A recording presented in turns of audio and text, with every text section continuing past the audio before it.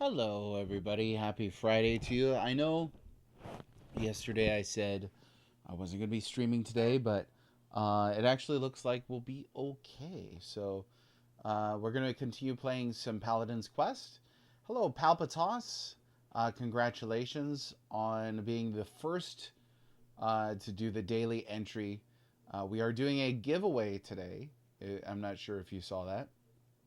It's right here on the front page of Twitch, and I got you Major Rage TV. Let me make sure that that is recorded. Keeping track of everything manually and automatically, just in case. Just in case. But I'm giving away a really cool vinyl pressing of the first Breath of Fire soundtrack, and you can win that basically just by following my Twitch channel. You can also get a daily entry, an extra entry every day that I stream by showing up live and typing in BOF1. So good luck to everybody, and I'll remind folks later on. Thanks very much for the new follows. That's from DD Dragon J, Voslier, Harvey Starter, Fededonia, No Jokes Allowed 123, Palpitos, of course, is here, and JDS 140. I appreciate it very much. Thank you. All right, let's get this thing on the road. How's it going, Deoxer? Thanks again for the share earlier. I really appreciate that. We're gonna go ahead and hire Blades. Yeah, that's right. This was the Final Fantasy 14 Avatar guy. And yeah, any and all shares are, of course, much appreciated. Giving away a physical item is always a bit tricky, but it's a lot of fun. And obviously, the more beneficial this is, the more often I will probably do it. Because, yeah, it doesn't make sense to do it all the time if nothing really comes of it. But it's also fun to reward the community. I mean, a lot of people show up here on a regular basis, and I appreciate all of you. What do we have here? Let's see, we got MGT, that's a Morning Star. Lightning Storm? Okay. I appreciate that.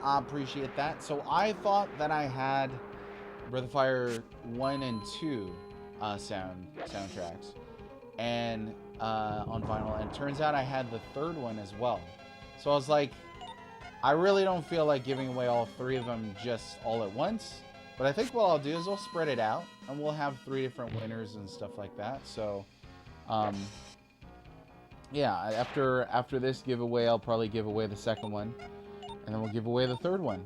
I really do like the soundtrack for all of these. I think 1 and 2 have like a really kind of dark, Baroque kind of sound to them. But the third one, of course, is a really jazzy soundtrack. I think that is a love it or hate it kind of thing. Some people really don't like Some people who downright despise. Hey, they took my helmet. Oh, yeah, because there's the Cormu stuff. Oh, that's terrible. Okay. Alright. Alright.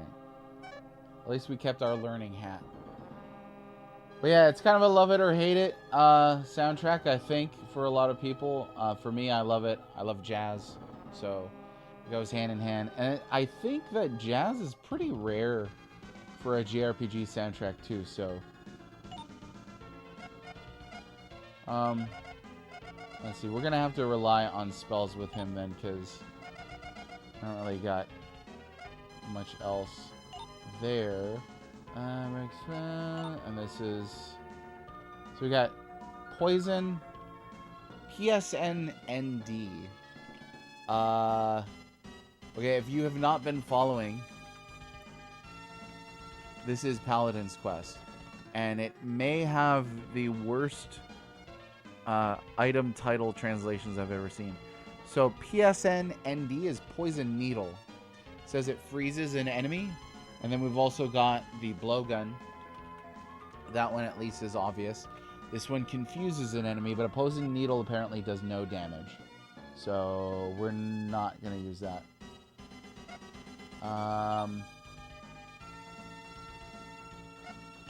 What did this guy have?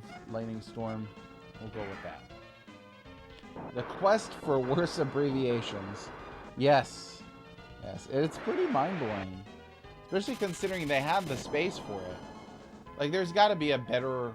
You know, if you've got, like, 6 or 7 or 8 spaces for an English letter, but you abbreviate Morningstar to MGT, something went awry somewhere.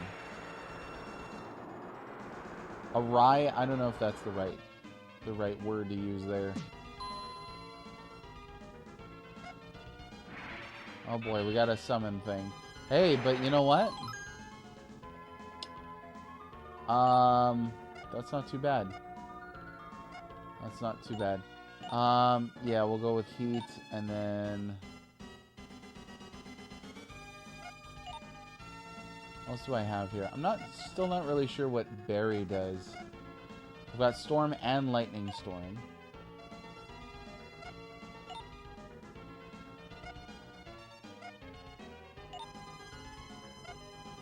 I don't think Lightning Storm did that much, but we do need to charge up their spells here. Their elements. Well, Fiery and Blades probably won't be with us for that long anyway.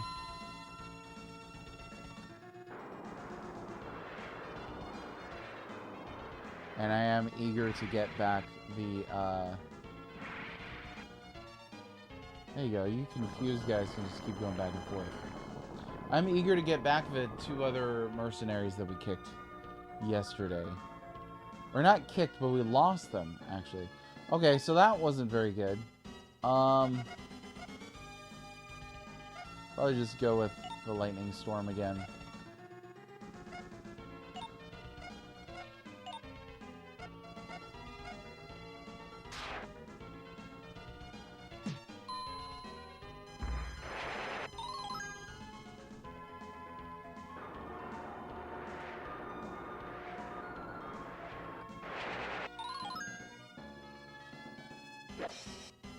Yeah, enemies that heal, not a huge fan. I'm gonna say it right now.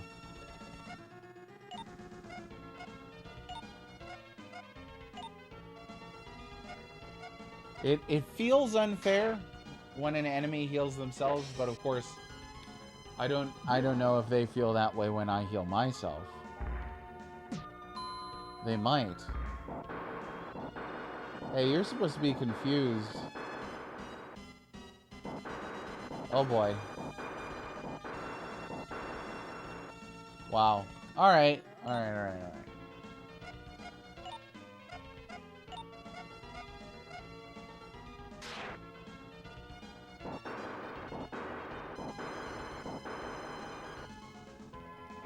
Oof.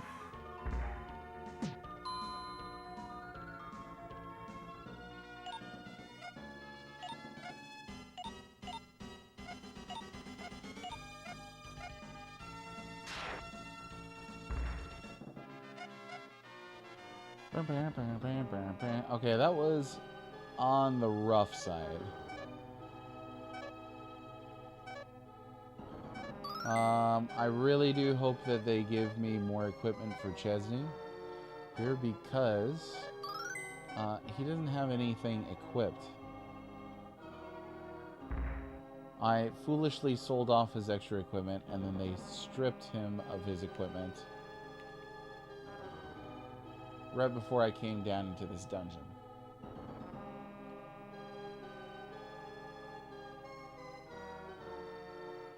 Oh. Okay. Alright. It seems like Lightning Storm does okay. Check Berry.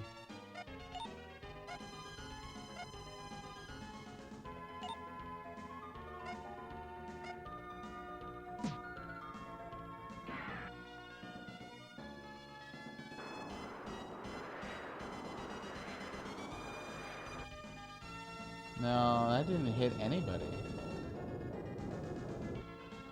Oh, that's decent. Oh, so that was Barry. Okay.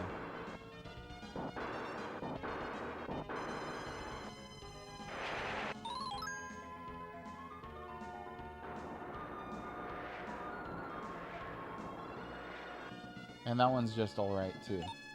Alright, let's try this then. And we'll keep going with Barry here, because I think that's decent. That's not too shabby.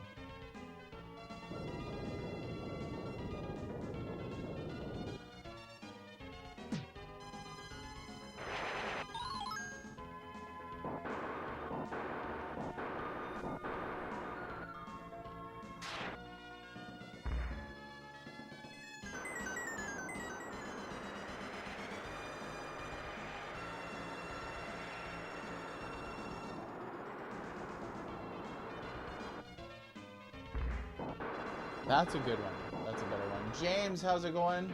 Here, hopefully Paladin questing has been good. So it's been okay. We lost all of Chesney's equipment to a scripted thing, so it's not so bad, but could be worse. Could be worse. How are you doing? Let's use the Corsage, and we'll do the blowgun. And what the hey, we'll do this. Oh, okay.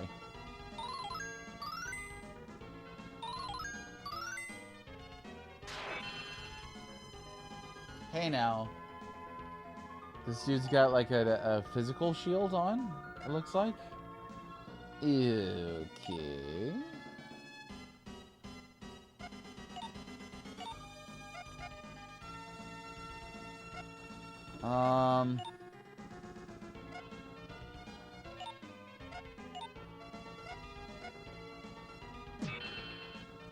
Aegis. Let me get that in here for you. Let me add you on here. You're only the third extra entry today. Apart from that, better than Ultima? Haha. Yes. This game's not bad at all, honestly. It's not. I mean, and that's a little difficulty hurdle to overcome, the losing equipment, but that's not that bad. We can overcome that. There we go. We got the sword back, just like that. It is better than Secret of the Stars. It is. So if you're just joining us, like James, I don't know if you know about this. We're doing a giveaway for the. Let me see if I can put up a picture of this real quick. I should have thought of that earlier, but I didn't. So let me see what I got here. I think I've got a picture saved somewhere. There we go. Okay. Yeah, we're doing a giveaway for this pretty sweet Breath of Fire vinyl. This is a 2 LP vinyl, red and blue discs. It is the soundtrack for Breath of Fire 1. Anybody can enter if you're outside of the contiguous US. If you're not in the lower 48, then We just ask that you cover shipping, but I will ship it to you if you're in the lower 48 and you win it. All you got to do is be following, and if you win and you don't want to cover the shipping, that's fine. We'll just pick another winner. But yeah, all you got to do is follow the Twitch, and you can get an extra entry every daily stream, every week daily stream. That is. All you do is type in !BOF1, and I will track your entries. So good luck to everybody. And I'm not drawing a winner until April 17th, so we got plenty of time. Art is pretty good. I think that the third, I didn't take a picture of it, but I think that the third one has the best art. It looks really good. Oh, passed it. Right here. Okay, we got our hat and our sword back. We just need the body armor. There we go. And I know not everybody collects, records.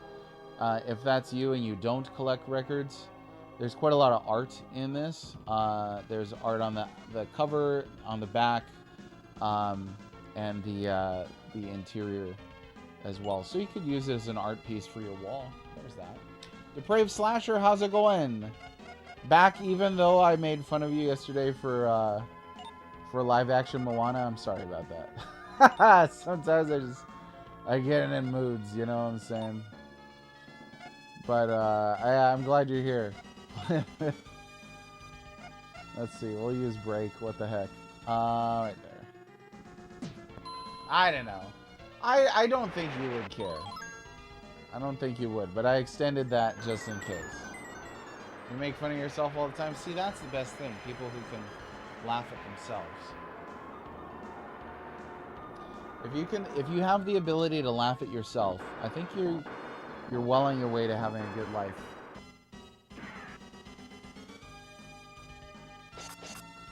But, you know, I mean, some people might be having a bad day or something. I don't know. You never know where people are at, so just wanted to make sure. You feel me? Do I have Berry on this character? Because that's actually a pretty good spell. I don't see it. I don't see it. Okay. What the heck? She can keep spamming Berry, because that is bomb.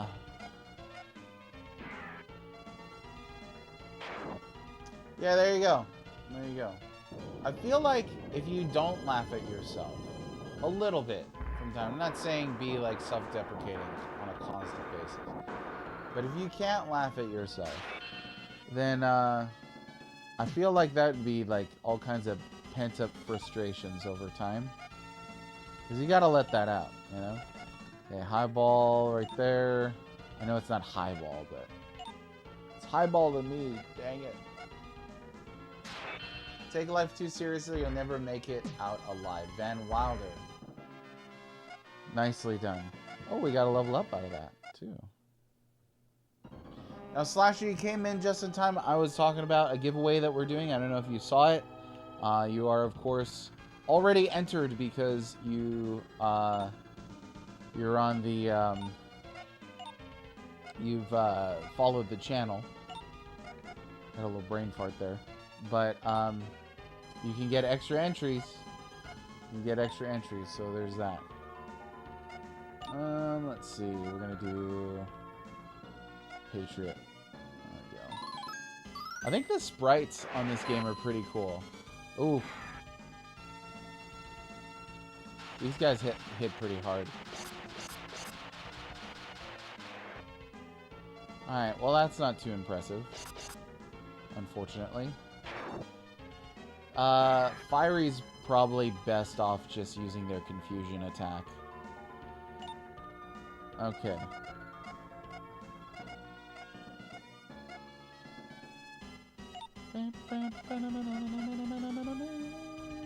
This, the blowgun, and, yeah, do that.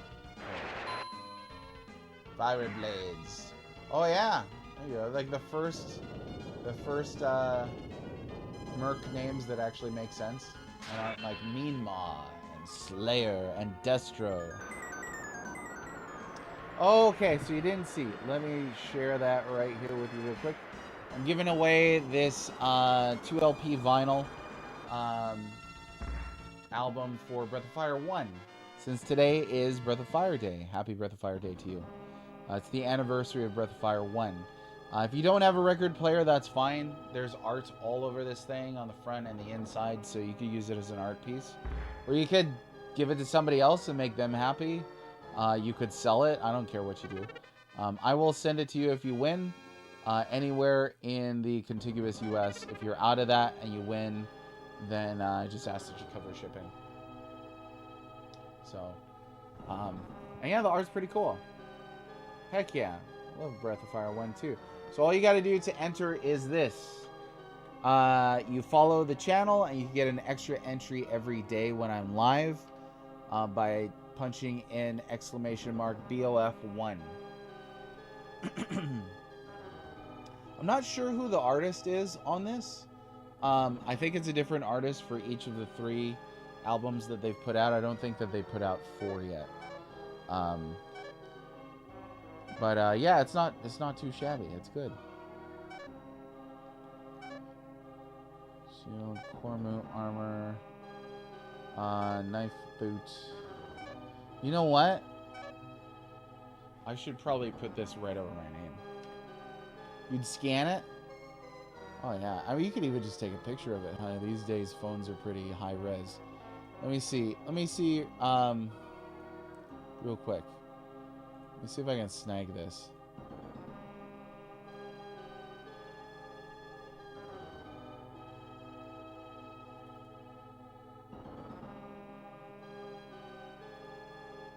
No, that didn't work. Okay, let me do something really quickly here.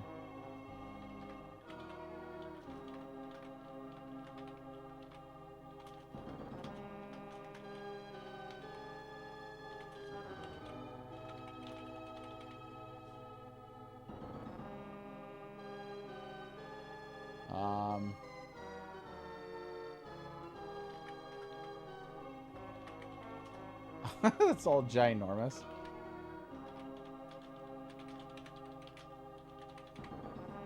There we go. Okay. And let's do Roboto. I really like Roboto. And how do I make this smaller? There we go.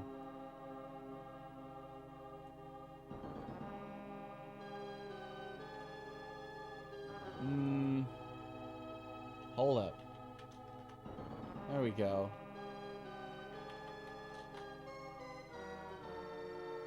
Oh, I can put it right above my little head here. Oh, my little head. There we go. Cool. Let's see. Your phone is not high res? Do you have like a flip phone or something? Now watch 25 episodes of Star Trek TOS. Cool. Are you gonna buy a costume now? I can't wait to see you in one of those skin-tight costumes. Let's see. How are we doing on equipment? Did I equip everything? After that big pause that I just did. I think I did equip everything. Yeah. We're good. Yeah.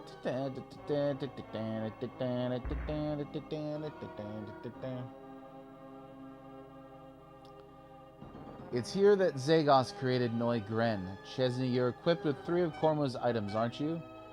Yes. Is this a boss fight room? Because I better do some healing. Just in case.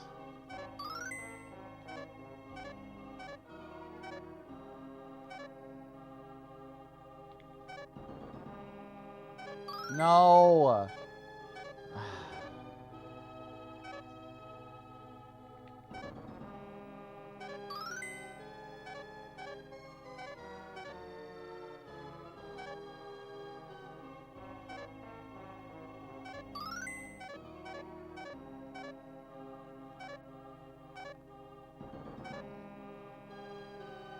healing from the menu on this game, I swear. Okay, there we go. We're full up.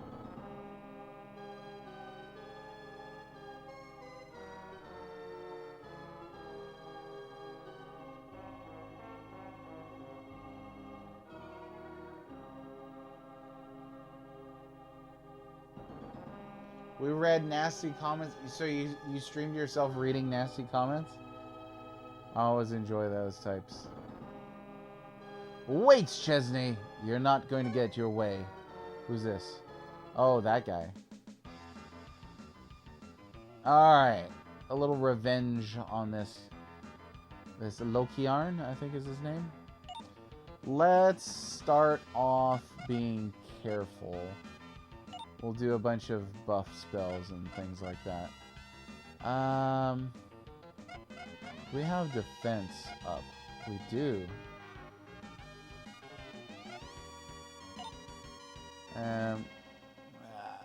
DFTP? I don't know what that is.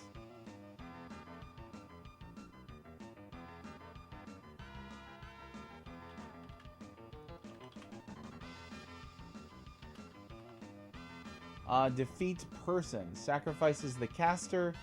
Heals party members with their remaining HP evenly divided. What the? Good thing I did not cast that.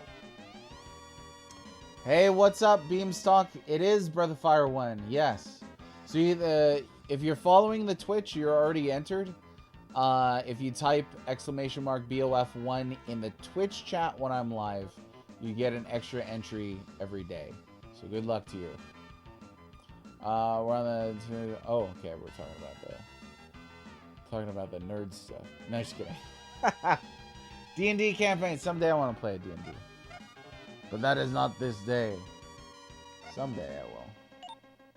Let's see what else we got. We got another defense up. Put that on Chesney. There we go. Nerd stuff. Anyway, let me get back to this Super Nintendo RPG. It is like the most, you know, pot calling the kettle black when somebody who's streaming friggin' Super Nintendo complains about nerd stuff. Vel Raptured, I got you. Beamstock!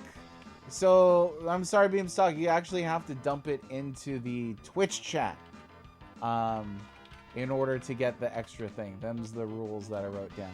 So I would love to get your extra entry, but it can't be on YouTube. It's got to be on Twitch. I wanted to focus on just one platform for this entry, for this giveaway. Maybe the next one I'll put it on YouTube. I don't know. You made fun of people for playing D&D? Oh, for about 25 years? Oh, nice. Someone told me I should try and join them. I loved it. I think I would love it too. I really think I would. Okay. Let's see. Let's do stuff. So, defense up. I guess we could just have this on everybody because this guy hits pretty hard. But I want to make sure we have our health up. Yeah, we could probably just start attacking here. Let's see what Lightning Storm looks like. Or L-Storm for this. It doesn't look like a Lightning Storm for this battle. See if that does anything. Yeah, sorry, Beamstocky. Sorry, Beamstocky. There's the rules. I'm sure you can hop over to Twitch and manage it, though. Oh, no. Are we still doing 0? Oh. Maybe only Chesney can do damage here? Maybe? Is that what we're going with? Could be it. Let's see if we can't stack strength up a couple times. Because I don't think anybody else is doing damage. Nope. Nope. I'd be a good DM? Beamstock, welcome. I'm waiting for you. And Vel, I don't know if I greeted you properly. Thanks for popping in here today. I hope you're well. Thanks for entering the thing. Alright, Beamstock, I got you. I got you.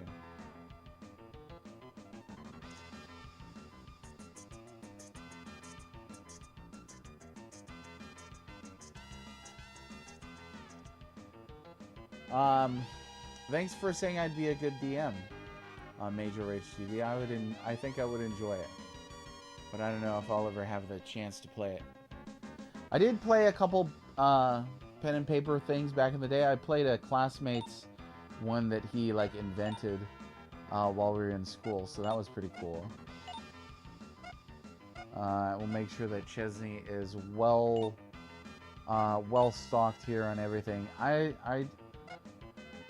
don't think there's much else for these guys to do.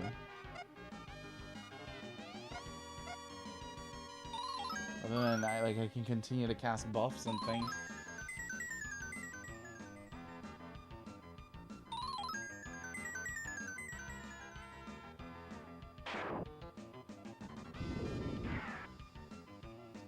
Woo! Not a small amount of damage. But I don't know that that matters that much, because we can't really do anything with those characters anyway. So I'm not going to waste skill on them.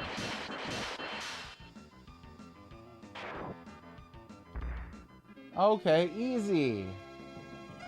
Bye, Lokiarn. Simple. You have defeated Lokion, but the sword of Kormu is shattered. Uh-oh. The helm of Kormu is broken, the armor of Kormu is destroyed. What? You did it. Now Noigren should be destroyed too. Well, dang. Nice work destroying Noigren. You won't get away with this, Chesney. I'll destroy Zagos. You all run for the hole behind Noigren. Fiery!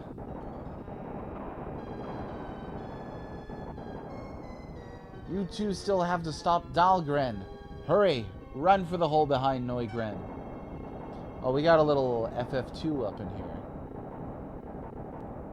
Final Fantasy IV for everybody else. Okay. We actually have to do something. I was like, this is a long cutscene.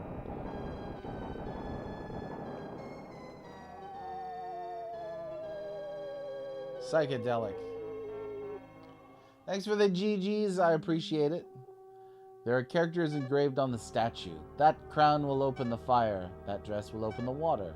That ring will open the sky. Those boots will open the earth. I send them to Sophie from Gabneed with love.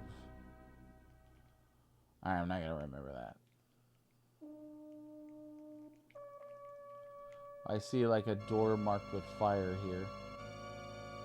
There's a crest beneath the fire inscription. There's a small hole beneath that.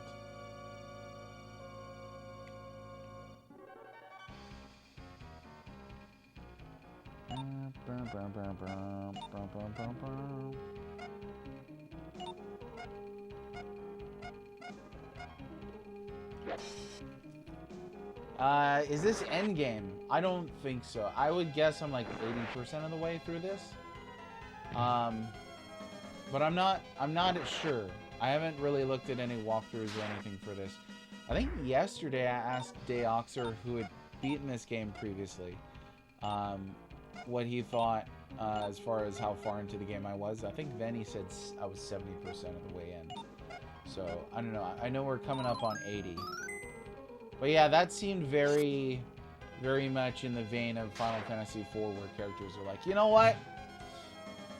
Tell my wife I love her. And then they jump off an aircraft strapped with bombs that explode in midair and somehow survive. Spoilers. Haha. It did seem very endgamey, yeah. And the boss was pretty easy, so there was that. I don't know. We'll find out very soon, though. Oh, yeah, and once again, we have no weapon on him, so... yeah, so we'll see. Dang it, Sid! He had explosion resist? I mean, that is some thick plot armor. That's alright, he landed on his face, broke the fall. Okay. So help me remember this, everybody, please. Okay, crown is fire, dress is water, ring is fire, boots is earth. Crown, dress, ring, boots. What crown?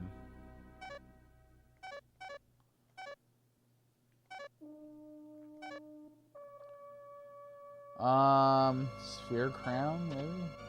Sophie's crown fits the small hole perfectly. Cool. And then the next one was dress, right? Ring of Sky. Thank you very much.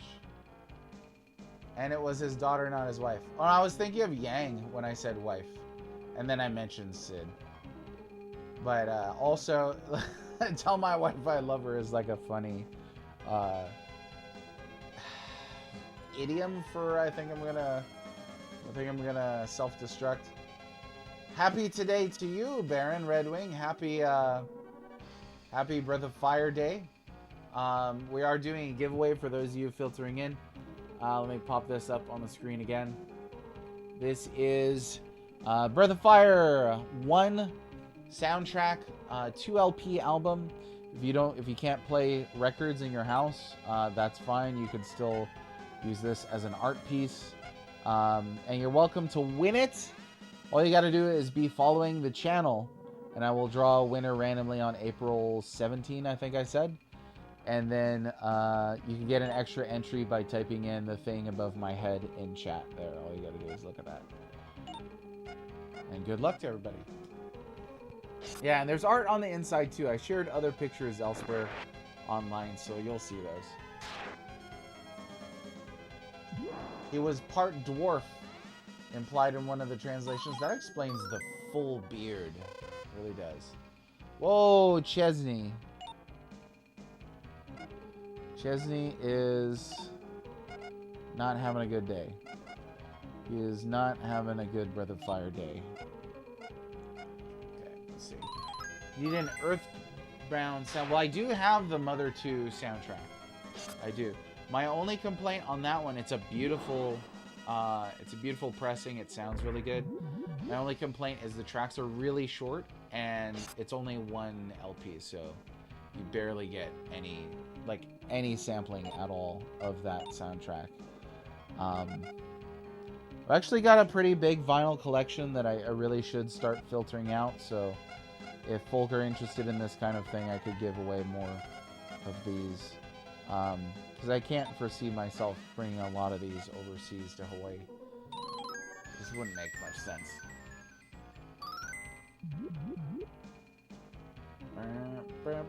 Okay, let me catch up here. You cried for Palam and Porom? I don't think I cried in a game until the PS2. A lot of the older stuff was really short. I don't know, I got a lot of goosebumps though. There were definitely moments where I got the chills playing old games. Different emotional reactions. I did not confuse Sid and Yang. I was thinking of Yang when I said the wife thing. And then, as a second example, then I brought up jumping out of an airplane. But I did not mean to make it sound like I was confusing the two of them. They don't even look the same. One of them looks like one, and then the other one looks like the other one. All right, what? Oh, yeah, more of these needles. So the second one was the dress, right? And the third one is the ring, and the fourth one is the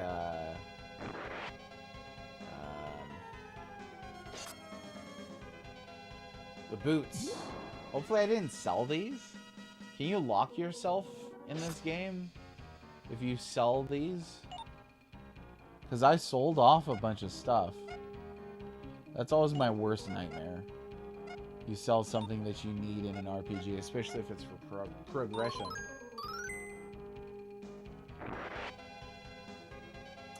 Fusoya, right, is the actually dies. Right? I can't recall. He's my favorite character in that game too, so it's like, come on. You could have let Edward, you know, go the way of the dinosaur. MFN Earthbound for an Earthbound record? I think I've heard of that one. Chesney did need backup equipment. He absolutely did. Whoops. What am I doing here? Fire shield. There we go. Okay, hopefully we can't sell off key items, Deoxer, because that would be pretty terrible. Oh yeah, Tella. Oh, yeah. Fusoya doesn't die? I thought he did. I thought he did. What happens to him?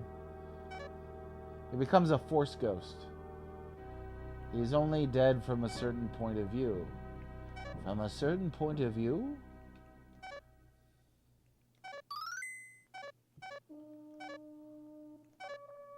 No, we're not gonna do that. And then blades, there we go. Okay. Okay. What is this? Wow, some kind of cool ship. It takes it to the moon. So the only one that does die is Tella. Nobody, now we're not saying we doubt you or anything. We're saying we misremembered. I believe you're the guy with the Cecil PFP. I believe you. I guess that's nothing. Not gonna waste extra steps here. Oh, well, how big is this? They put you in back-to-back dungeons? Really? I mean, Crest Beneath the Earth description. So this is the boot. You gotta put a boot in here. So, let's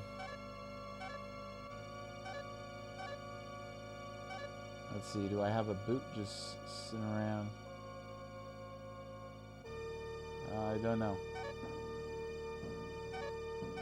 I don't know if I have a boot.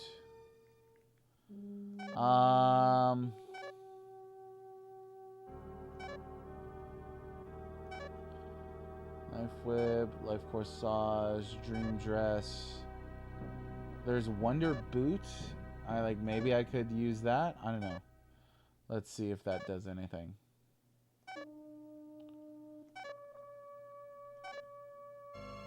Otherwise, it might be an item that I haven't gotten yet. Nope, nothing. Okay, so we'll equip it back on What's-Her-Face and go from there.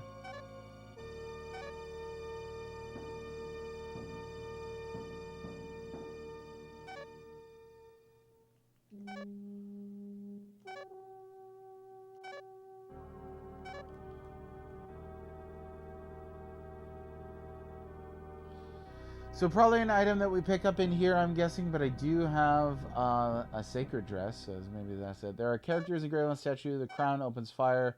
Oh, because they tell you again. Okay, dress, water, ring, sky, boots, earth. I also don't have a ring. Welcome, I'm a Tool House robot. Oh, cool. Yeah, we'll take some medicine. Thank you very much. And let me get another one of these, and another one of these. And what the heck? We'll use, we'll get another one of those. Maybe we can get through this a little faster side.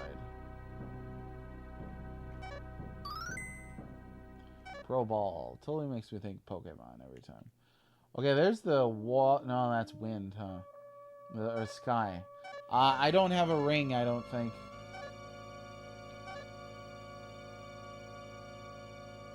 Oh, that's Saint Robe. That's right. Sacred Dress. No, I don't see anything here. Sarge, how's it going? Oh, Paladin. Well done. Mouth. This guy's name is Mouth. Haha. Cool. What a place to meet someone. I'm Mouth, an eternal warrior. I'm seeking the secrets of Lennis while exploring the throne of the immortals. I found myself here. Man, this is a strange place. It looks like it's been here longer than Lennis history, but there isn't the slightest bit of dust anywhere. I bet there must be a secret about this place. So, are you not a merc? Oh, he is. Okay. Mouth. You know what? They should have called him Eyebrows. So he's a great warrior of magic. Sure, we'll take him along. He's got a Giga Sword, or I guess, based on yesterday's language chat, that's supposed to be a Giga Sword. Not gonna happen. It's stale rib. What's the entry thing? There's a giveaway that we just started. I announced it earlier this morning. I'm giving away a copy of Breath of Fire 1 soundtrack. This is a 2 LP vinyl soundtrack. Beautiful art on the front, inside, and on the back, and you can win it. It's a red and blue disc double set. If you can't play vinyl at your house, that's okay. You could use it for an art piece. You could start a collection. You could give it away to somebody else. You could sell it. You could do whatever you want. And I will send it for free to anybody who wins in the contiguous U.S. If you're outside of that, then I just ask that you pay shipping. If you're following the Twitch channel, then you're entered. You can get an extra entry per stream by typing in the code there above my name. It's Mouth from the Goonies. Yeah, you're welcome to enter. You don't have to. If you do, if I do draw your name because you're following and you don't want it, just let me know, and I'll pass it on to somebody else. But your parents have multiple record players? I had 2, and I gave a second one away. Giving things away is fun. Chris, okay. This has got to be the sacred dress. Let's see. No, it wasn't. Okay. Do I have... No. That's the only dress that I have. Okay. Alright. Well, we'll keep moving on. What's this guy over here got to say for himself? Yeah, well, let's find out what this guy does. Oh, he's a save robot, so he saves games for you. So we'll save right here.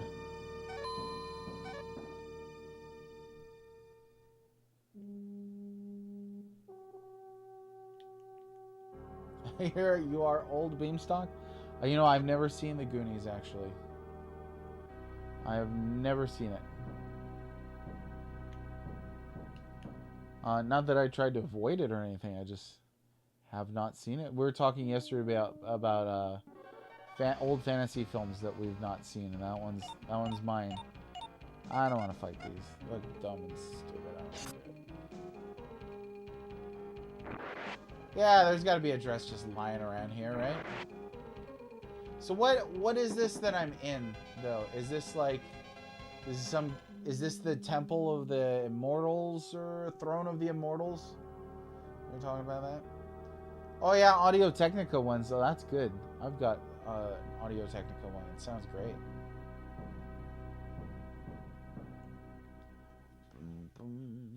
Oh, she hates old video game music? Ah, interesting. Well, depending on your record player, you could have headphones. Or, like I said, you could put it on the wall. Or you could give it to somebody else and make them happy. I don't know. I'm the all-powerful robot Nails, constructed by Gabneed. If you want, I will become your friend. Now neither medicine nor restorative magic have any effect on me. Furthermore, I do not gain levels. Well, that's not very cool. I don't think so. Whoa! The portrait looks awesome, though.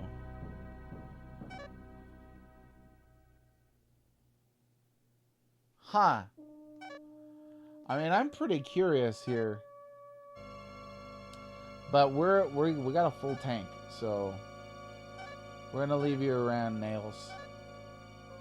Nails is pretty cool. So if you can't heal him, then what? Does he like auto heal after battles, or what? Was it 3,000 HP? That's his 3,000 HP. Yep. That's a lot. He can't be healed, so... 4 sides music? Oh, yeah. Oh, I love that stuff. Goonies is fun, highly recommended? Okay. I should check that out. Sometime. He has some equipment that helps restore him. Okay, so should I boot Fiery then? Because I just got Mouth. And Fiery has been like, yeah, so-so. Or Blades. Yeah, Blades been so-so. I think that's what I'll do. Is we'll boot Blades, and then we'll pick up Nails. And then we'll have Nails and Mouth. Weird. Very weird. We did save, so if we made a mistake here, then that's fine. listening to Genesis music. I actually do. I have a Genesis. I have one Genesis album on vinyl. I'll leave it up to you to imagine which one it could be. Let's see. We'll go ahead and employ this guy. Nails, join your party. Castlevania Bloodlines? That's a good guess. It is not Castlevania Bloodlines, though. I had the original Castlevania soundtrack. I gave it to my good friend Krypton. And then I have Symphony of the Night soundtrack, which I think is rad as heckaroonies. I love that soundtrack. Love it, love it, love it, love it, love it. Let's see how Barry does on here. Okay, so we got Mouth. Mouth has got a bunch of things here. And then Nails can't use spells. So let me take a look at what each of these do. Yeah, I think the song is titled Prayer on Symphony of the Night. I could listen to like a 10-hour version of that. That is just an incredible sound. So let's see. I'm gonna look up. This is Energy Beam. It's attack plus 50. It says use like a weapon. And it provides 0 defense power, but it does increase his attack power.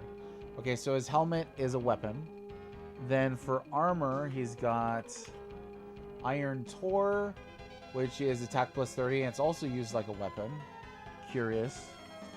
Flame TH. That might be shield, maybe? I don't know. No, maybe it's an item.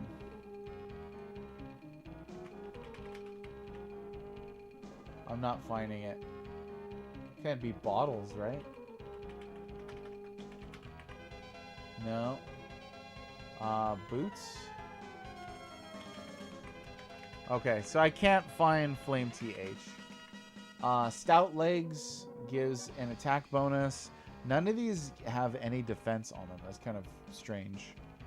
MSL is Missile. Okay. Oh, and it targets all? That's pretty cool. And then Energy Draw heals the wielder for half inflicted damage. Okay, so that's his one heal then, is Energy Draw. He's got Steroid Leggings. This is the title save song. That's the one that I'm thinking of. That's a good one. Okay, we'll try Missile. See what this guy can do.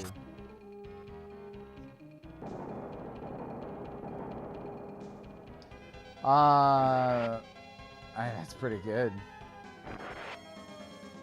Now, you know what?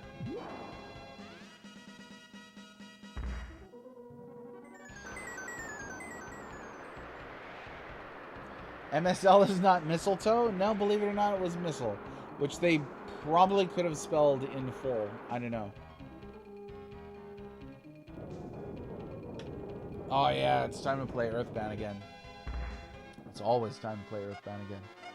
You know, I thought about taking a break from Paladin's Quest and playing some Breath of Fire 1 today. But it didn't happen. I didn't want to put this away. Gotta keep up that momentum.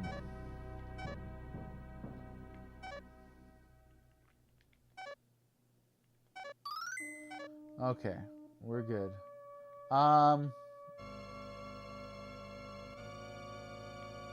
Stuff. I always like stuff. My favorite thing about dungeons. If a dungeon doesn't have stuff in it... Oh, there it is! That's for opening the water door. This Sophia's gown. That's what it is. This whole time I thought it was sphere. But it's not. Hey, Breath of Fire 2 also my favorite. Me also. So that's cool.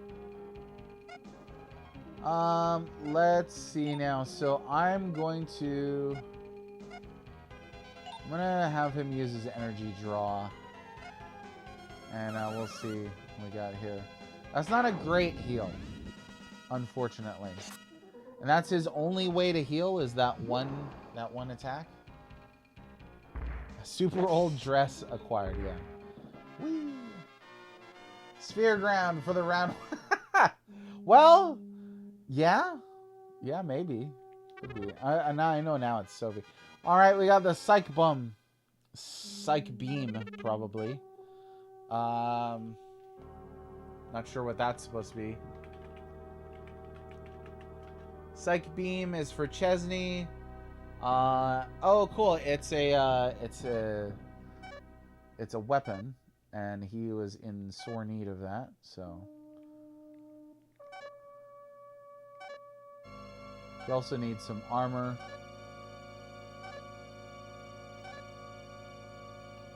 Okay, kill.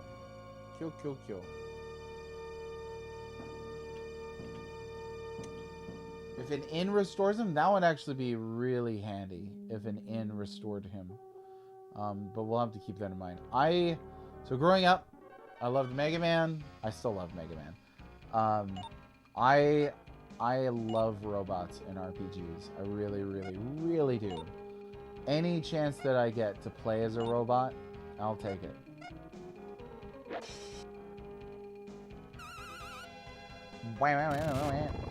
Oh no!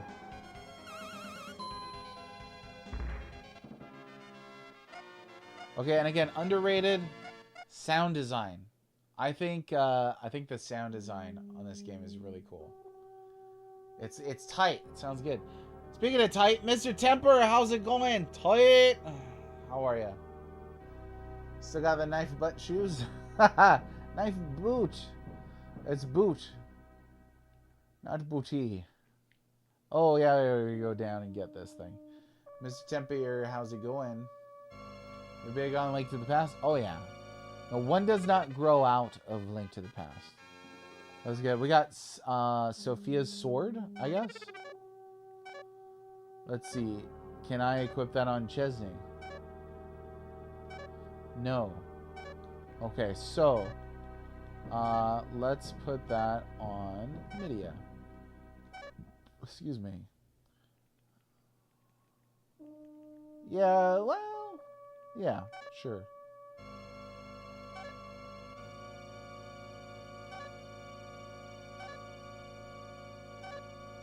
There we go.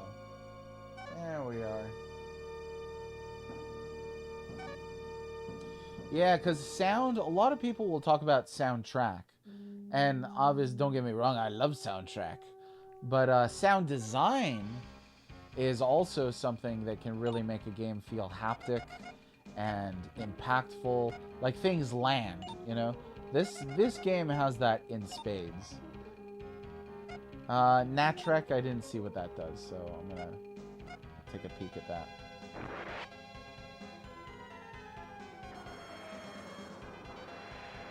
It's like a... Maybe it's like a banish spell? That's kind of what it looks like to me. You didn't do anything. Let me look that up.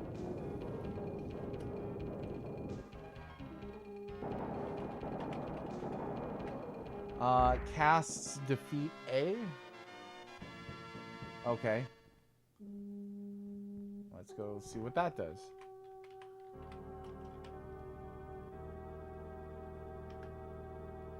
Instantly kills an enemy. Alright. Yeah. So it's like a banish spell. Yeah. Got it. Cool. Yeah, once you see like that vacuum, you're like, this is a banish spell in it. And it totally was. We got flame. Well, what the heck is that? I tried looking for it. I couldn't find it. Flame TH. Anybody in chat know what that is? Because I couldn't find it on the list of things. Oh,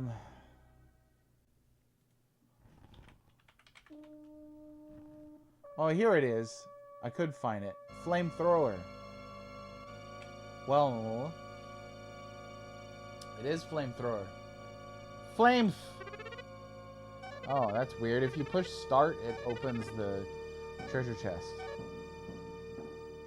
Okay, let's see here. Then Chesney, you're gonna get some of these flame throwing stuff.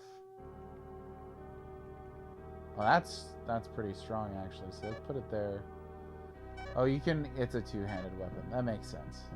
You can't hold a laser gun and a flamethrower. This is not Aliens.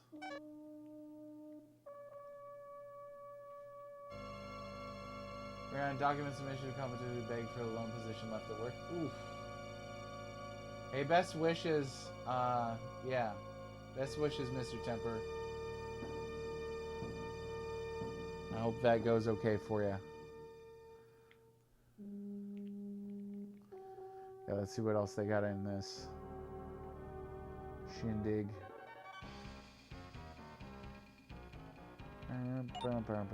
Okay, we're gonna try a flamethrower.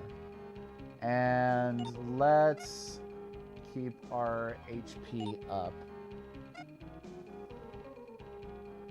Okay, what else does Mouth have on him that does things? Let's see.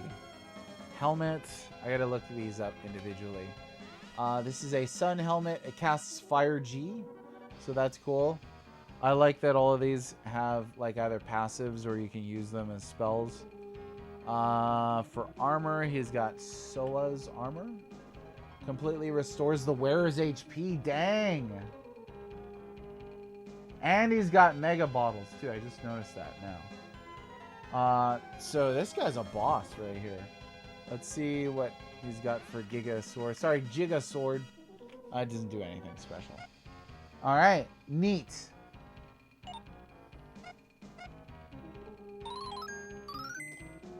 Hey, what's up, the backseater? YT, how are ya? I know you're over there on YouTube, but I would be failing you if I didn't tell you that Flamethrower was pretty cool. That we're doing a giveaway. You got to enter on Twitch, though. That's the thing. So if you'd like to have a chance to win this really awesome Breath of Fire 1 soundtrack, you just got to follow the Twitch channel, and you can get an extra daily entry there on Twitch by typing the code in chat. The code is right above my bouncing little head on the stream. So if you choose to enter, good luck. I've said this several times, but if you don't have a vinyl album player, that's okay. A record player, you can still use it as a piece of art. You could give it to somebody else. I've got a couple albums up on my wall that I really enjoy. I gotta have Dark Side of the Moon in visible range at all points in time, or I start to get a little antsy. You know, we're gonna leave the knife boot on, and then let's try giving that to Midia.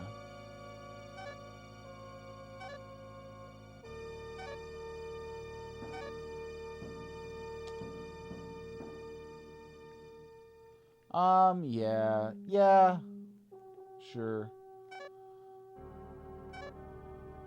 There we go. Cosmo Beat.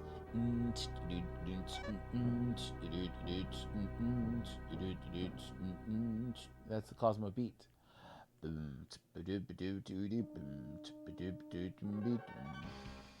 Okay, there's got to be other stuff here, so we're gonna keep an eye out for stuff.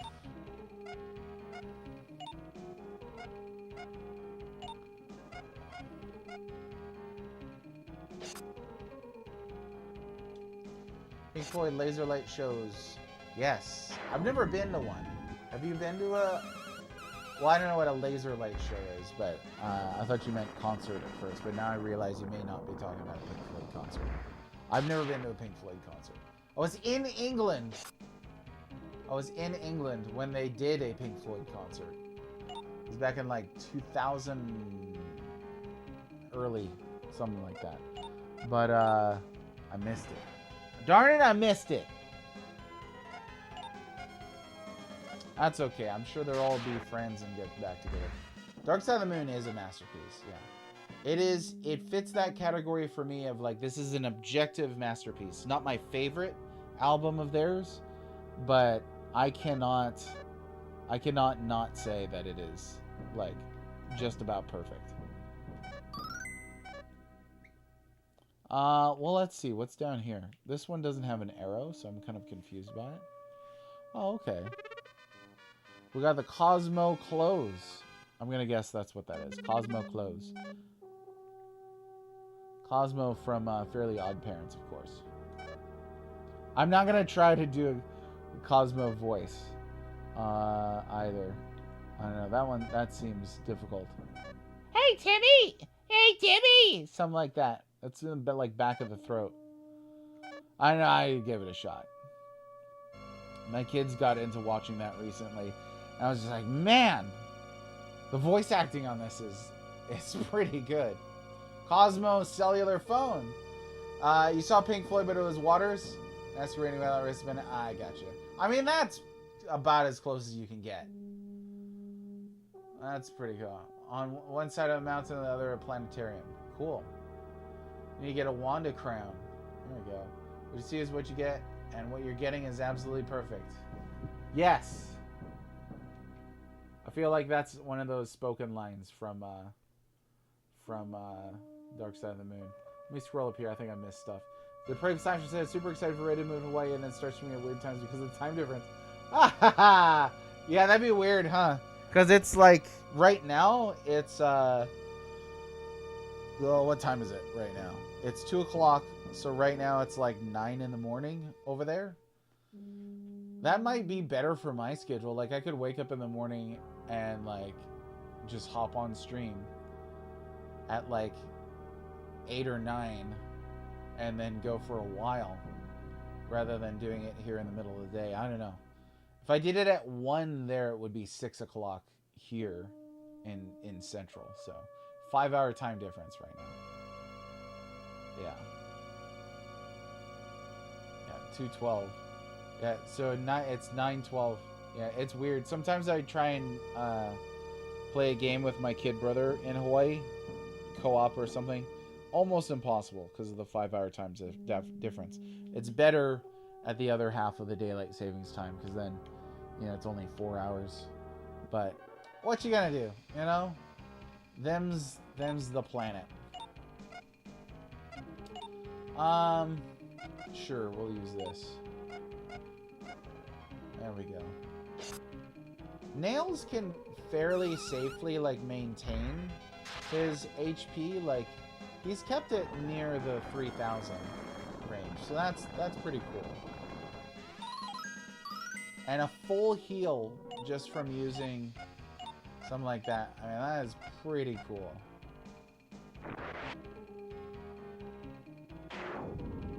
Oh, there's like TG Sid over here. Recently got into watching Homicide: Life on the Street. I don't think I've heard of that one. I am very excited because they brought back one of my favorite shows for 3rd season, Renovation Aloha, which is it's one of those schlocky renovation shows where they do house flipping, but it's in Hawaii and they target specifically families to create, you know, family homes and not just like hoity-toity like rich people homes. So I think it's really cool. It's like providing a service because there's a lot of really aging homes over there that need to be flipped so that they can be used by families. So that's cool. You've got the Raft Shield, maybe?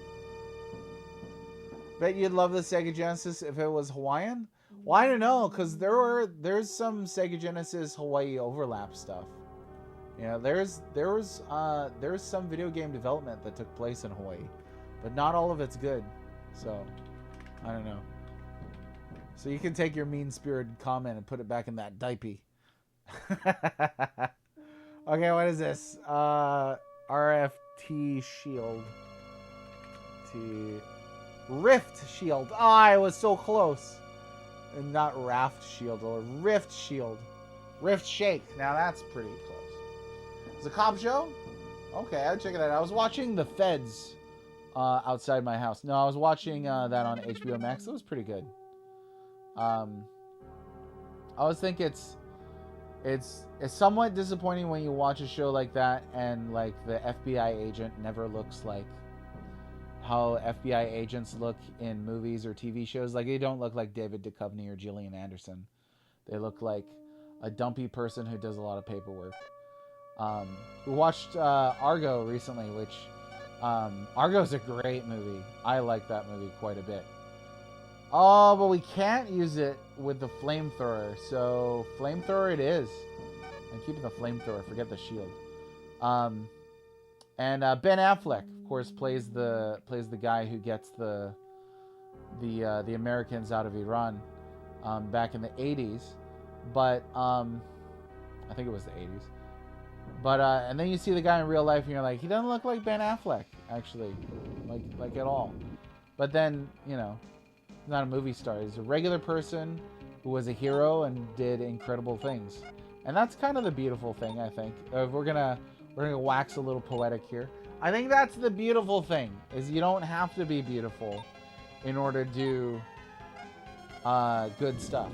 That would be weird if that was a requirement. Impeccably written? I like impeccably written. The best defense is a good offense. Exactly. Especially when that's a flamethrower. And it hits everybody. I think that's great. Uh-oh. Did we disconnect?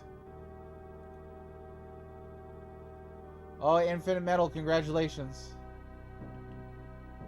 I got you. Infinite Metal.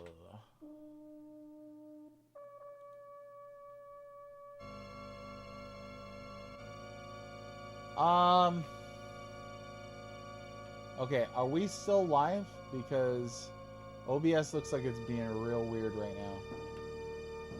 Hopefully it's still working. If you could hear me, you could hear me? Okay. Alright, maybe it's just OBS being stupid. I don't know. Alright, it doesn't seem like there's an issue, so we'll just keep going. Not sure what that was about.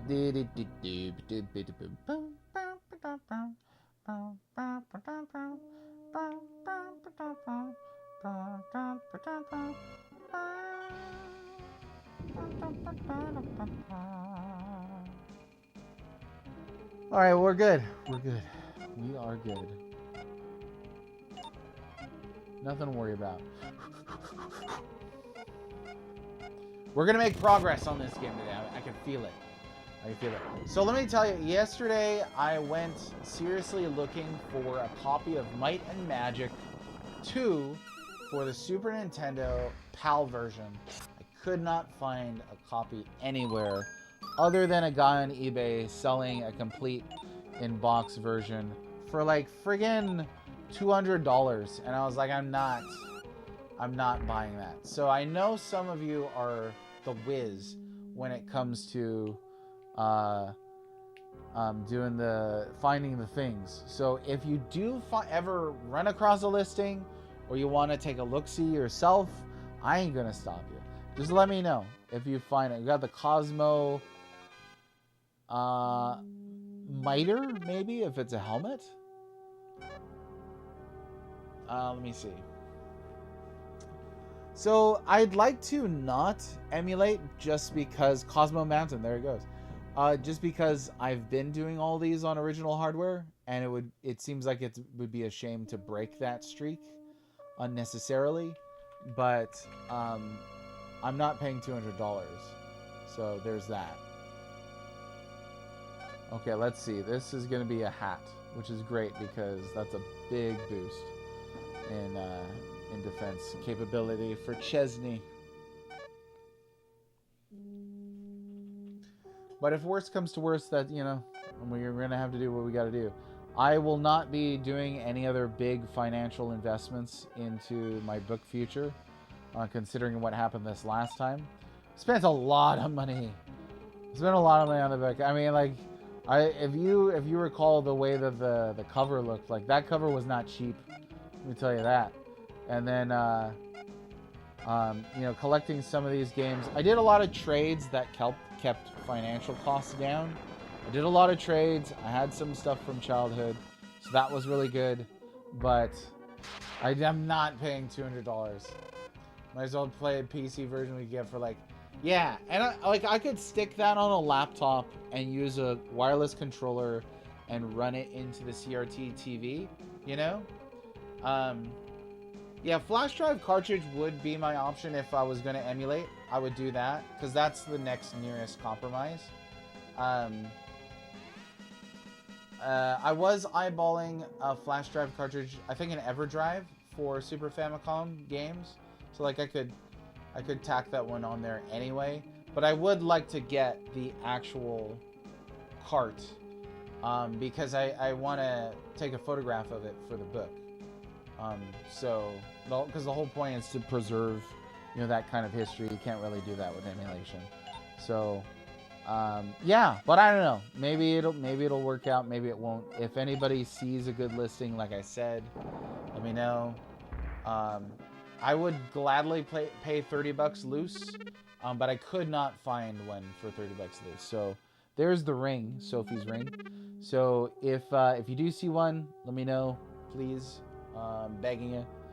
And then as far as the Super Famicom, if I'm going to do like an EverDrive type thing, where's the best place to get something like that?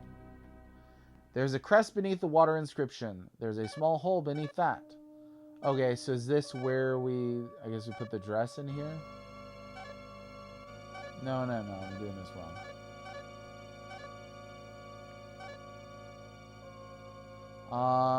Let's see, sphere. Oh, it's sphere. Sophie's gown. Okay. Wait, but there's other stuff in there, though.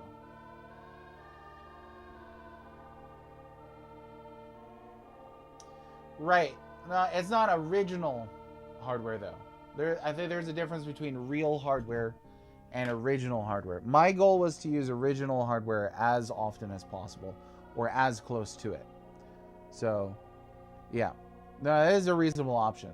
Absolutely. Ugh, Paladin's Quest 64, never again. Cinco, get out. No, just kidding. Welcome in. How are you? The cartridge is software. The ROM is software, right? The data is software. But yeah, no, don't leave. What'll I do? How do I breathe without you? You ever know? How do I ever survive? Yeah, I don't know. No. It's not a derail thing, because I did ask the question, so. A repro cart was my option. But they put the wrong ROM on that repro cart. So you're only here for the serenade? I thought it was because of your unrequited love for me. But it might be because of the serenade. Well, that was just for you, Syncoplay, and also I hope you're doing well. The cart is essentially the same as the EverDrive. Yes. No, like I said, I wanted to get as close as possible. The only reason now, Mr. Temper, that I'm looking for an actual PAL cart is because I was told from good authority, Sarge Smash, that it will run on my system, on my North American system. So if I can do that, that's 100% my priority, is to do the actual cartridge, the real cartridge, the original cartridge, whatever you want to say. And if I can't do that, the next step down is repro or EverDrive, and then below that it would be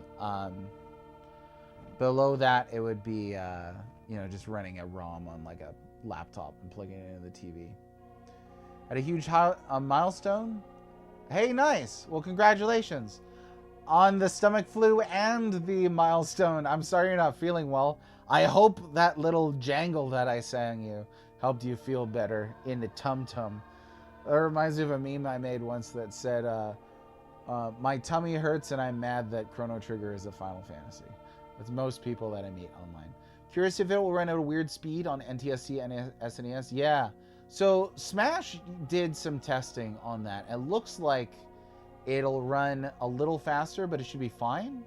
Either way, if I do get an original cartridge, I can take the photograph for the book, which I think will be beneficial. So,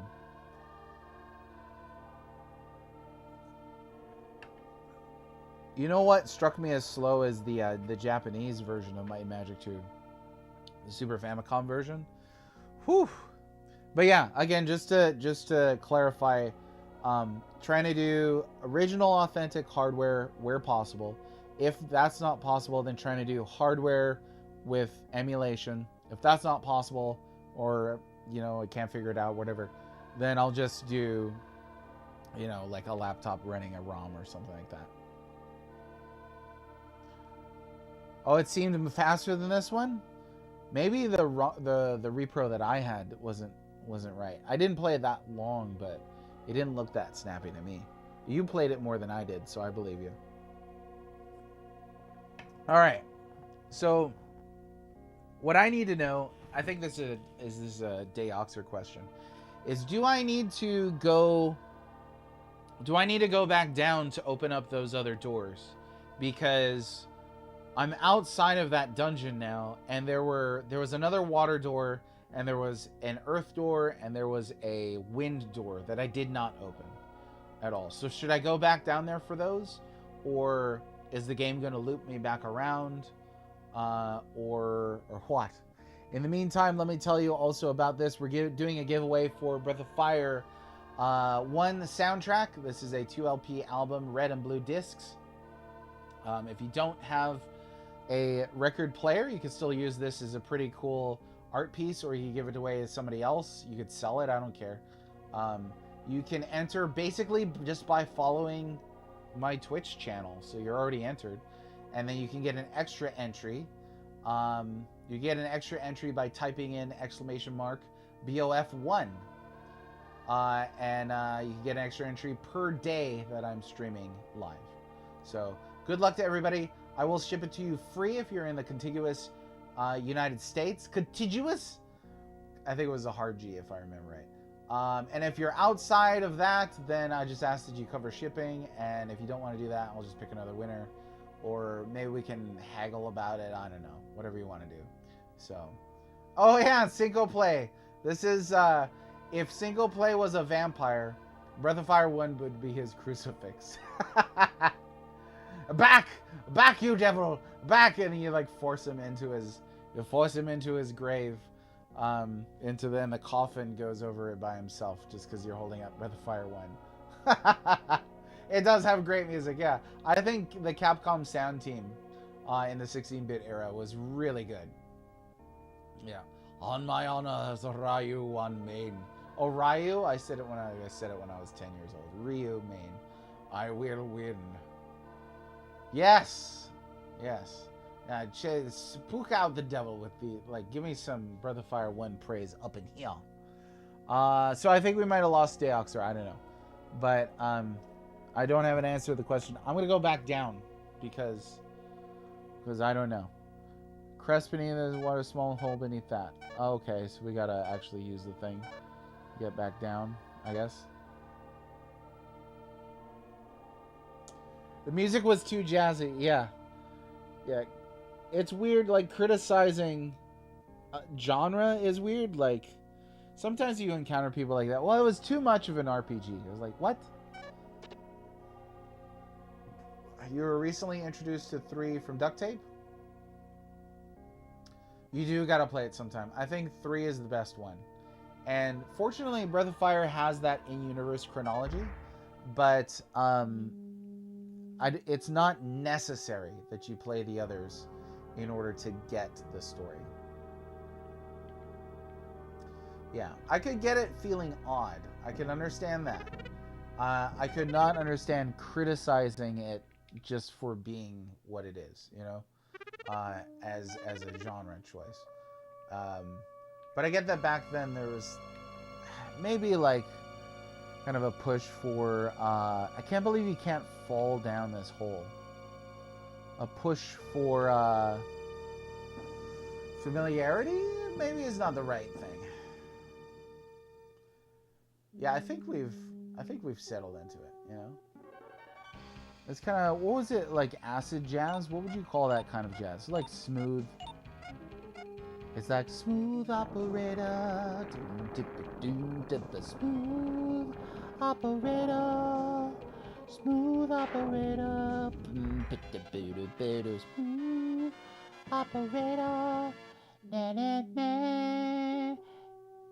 That's a good song. I never listened to that song, but then when it comes on the radio, I'm like, oh yeah, I forgot about that song. Yeah, I think that's a pretty fair response, Cinco.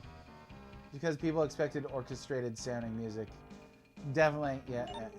And even then, like, Final Fantasy 7, 8, and 9 have very different style soundtracks. Like, 9 very much more the traditional RPG sound, you know, orchestrated and stuff like that. But then 7 is highly industrial and mechanical sounding, very much more like keyboard, synth music. It's something that I think people could talk about more, how appreciable it is that we got a range of RPG music on PS1. Something worth celebrating. And Jolly Jared, did I welcome you properly? I've been slacking on my mackin'. I'm sorry that I didn't. Jolly Jared, I'm glad you're here. We are doing that giveaway, so if you'd like to enter, feel free. Let's see.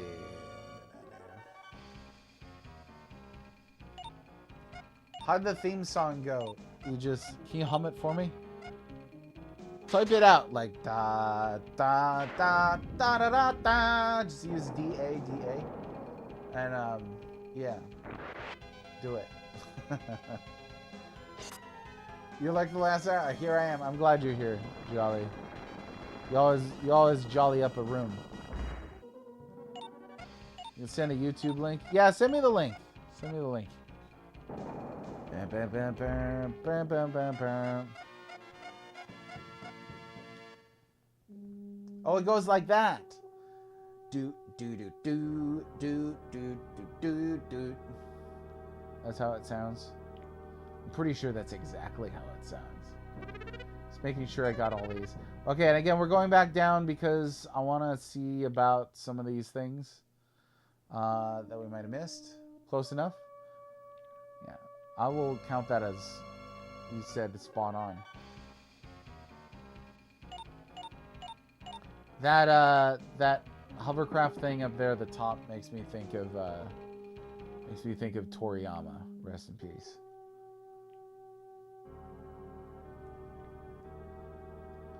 Okay, also gonna test the theory that we'll test the theory. We're gonna see if Nails actually does recover from an inn. Because he didn't mention inns. So we'll see. Where are you sending a YouTube link? Are you sending one in on Discord? I mean, I could just look it up myself. Breath of Fire 1 theme. What's it called? Oh, there's that great track on Breath of Fire 1. White Dragon, I think it is. Well, it's like bam, bam, bam, bam, bam, bam, bam. Oh no, it's not that song. Oh yeah, it is. Dun, dun, dun, dun, dun, dun, dun, dun. So it's the overworld melody. Let me see.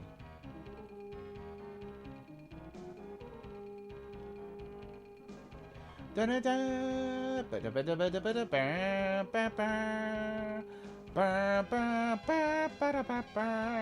that one.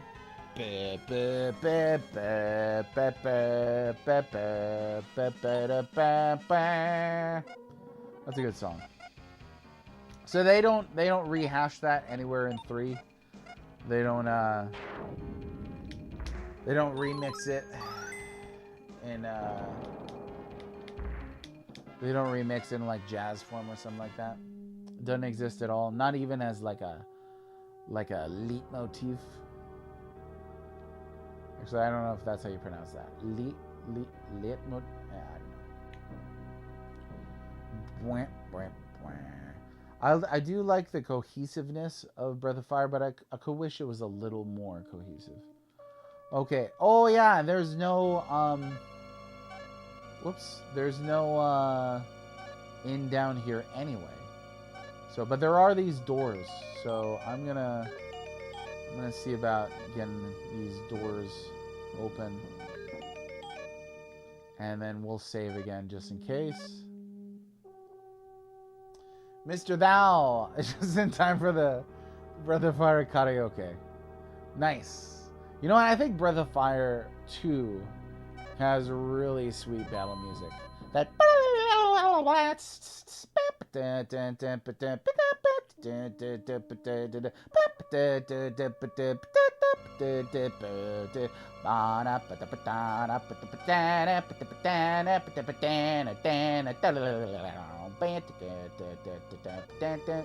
that's good. It's really good. Did I get a boot for this? Did I? I don't know. I don't. Okay, there's the ring. All right. Let me see about using order here. Oh, it's manual? Forget it. Okay, maybe I equipped it. So we've got the sphere crown opens fire doors. The, sorry, not sphere. Sophie's gown opens water doors. Sophie's ring opens sky doors. And then I don't think I have the right boot, unless I equipped it. Let me see. Oh, we could do this faster if I go here. Cosmo boot. I don't think that's it. Mr. Thou, welcome. We are doing a giveaway today if you'd like to participate. This will be running for the next 2 weeks. But Breath of Fire 1, 2 LP album, red and blue discs. You've entered if you have followed my Twitch. You can get an extra entry daily by punching in the code there in chat. It's right there above my little bouncing head. Let's see here.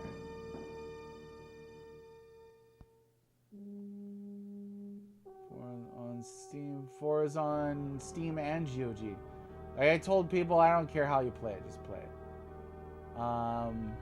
It's on Steam, apparently weirdly buggy. It's so like people like Steam will save the world, and it's like every time they put anything on Steam, it's buggy as heck. It's like, come on, you guys. PC Master Race, my foot. Fire 2's battle themes, yes, they are all awesome. Absolutely. Okay. Enter the giveaway. You're welcome. There you go. Okay. Let's. I don't have the boot. I don't know. So I don't think you can get in fights down here, and I used a pro ball last time I was down here, like a Yutz. So this is going to be the Sophie ring. With this ring, Ivy, open the door.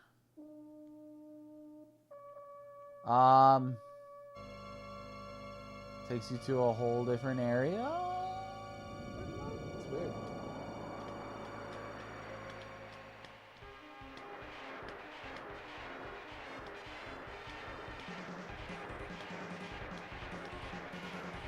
Faster! Faster! It's like the Willy Wonka and the Chocolate Factory guy right there.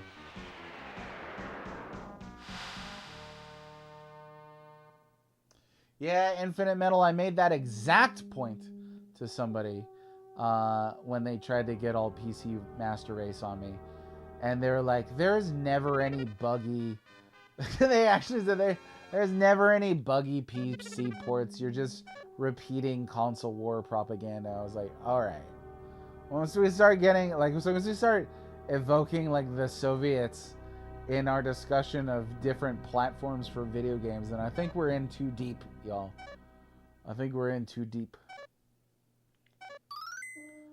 What was that, an air card? Let's see. Yeah, there it is. Air card right here. See, and this is so weird, but my social media experience has taught me that more often than not, a person isn't a troll, they're just an idiot. In Soviet Russia, PC masters you. Now get in the van. This is the Lifeform Research Laboratory.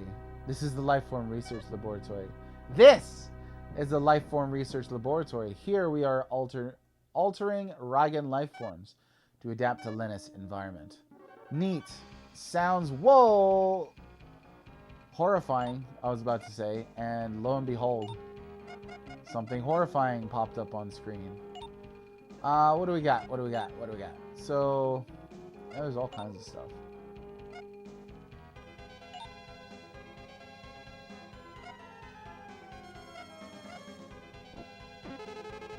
When an emote is the bad guy. Oh, their heads flip upside down. I like that. I think that's pretty cool. Oh, it's a row. So he can actually recharge pretty easily then. That's cool.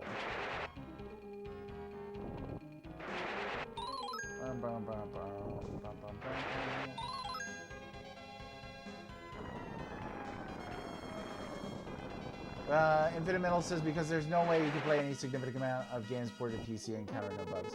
Absolutely. But now we've got performative PC Master Racers and performative console warriors. Like, it's like performative book people. You know, like, they like video games, they just don't play video games. It's weird. It's very strange. The world is a peculiar place, let me tell you. Let's see, we'll use this berry spell again, and we'll heal up there, and this is fine. There we go.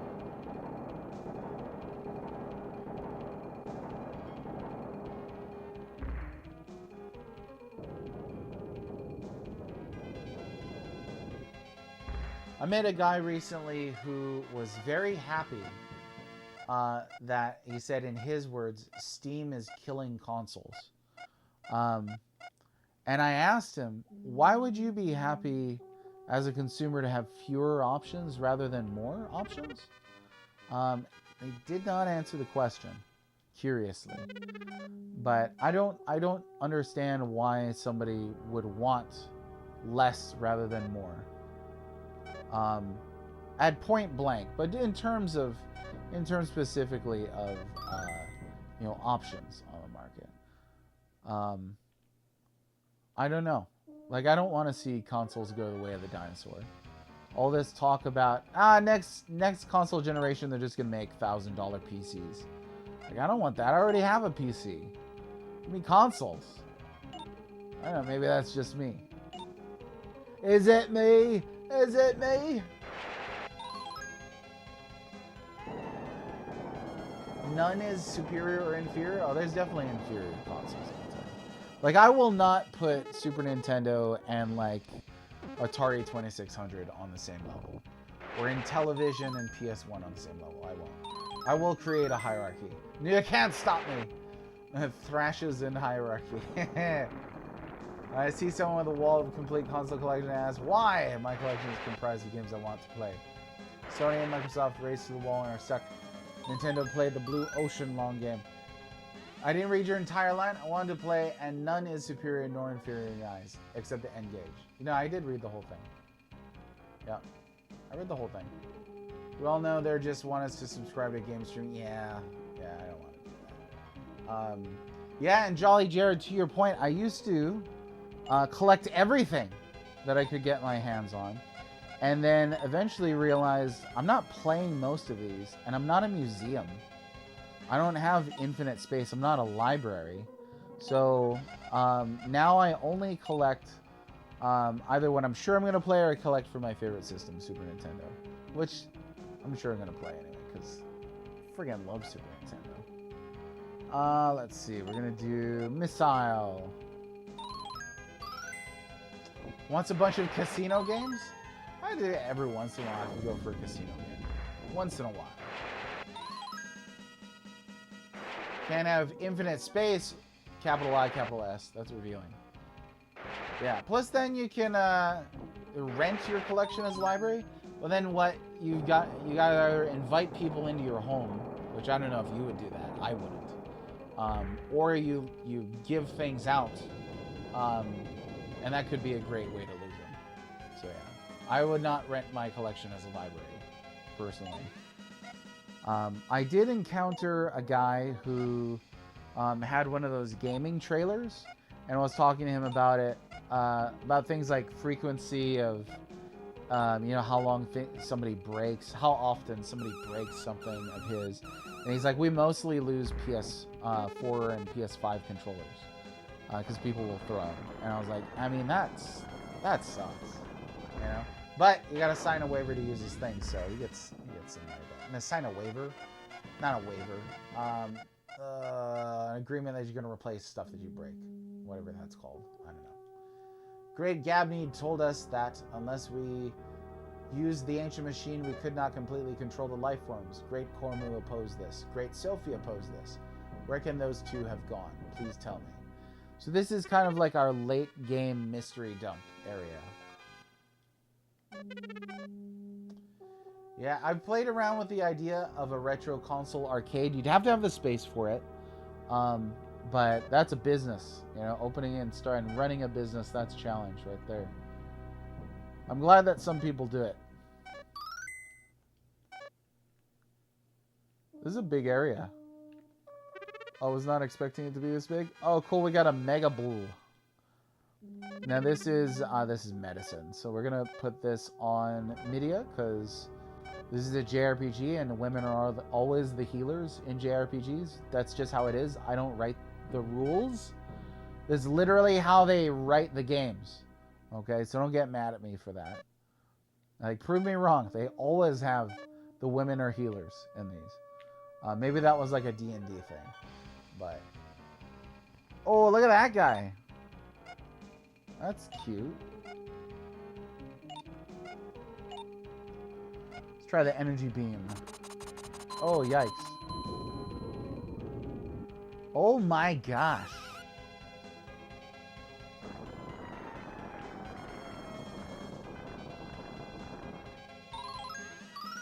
Okay, good thing she was just about to heal. Because, yikes.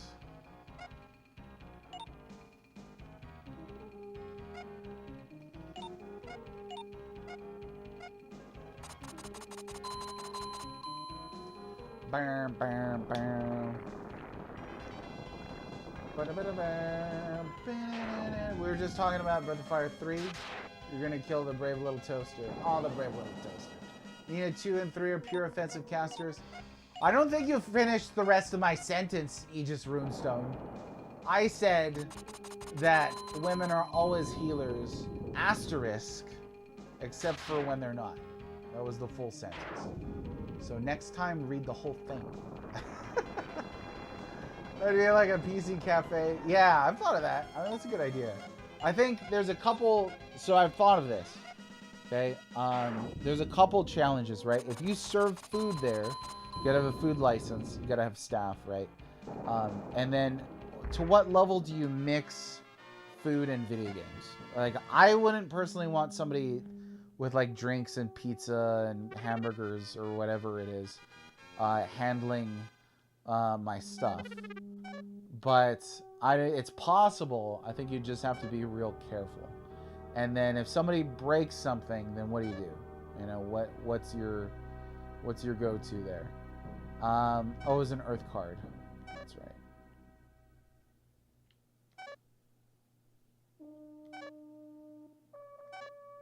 Oh, nothing happened. Did it consume it? I don't know if I have earth. It didn't consume it. There we go. Use it on... oh, that's for berry.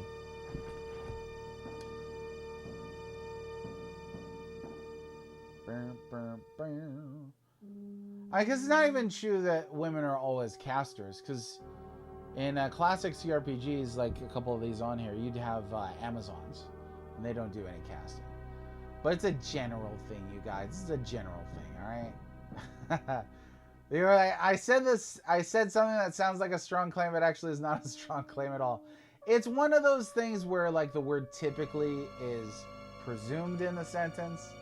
Even though I didn't say it, that's where the asterisk was. You know? Infinite Metal. It's called subtext. This is a big area. I didn't think it was going to be this big.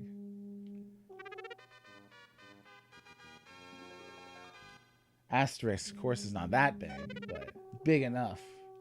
That's what I really meant. See, I'd make a great politician, huh? I could just be like, what I said was accurate, but not as accurate as this clarifier I'm about to make. Hey! Stop! Oh my gosh. Okay, ball and stick, I guess. Neat.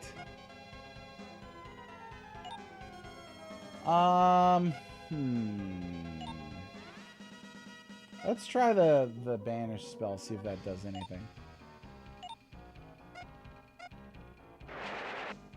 Wait. So Nails also has a flamethrower. Ah. The subtext of I'm some guy on the internet, so take what I say seriously.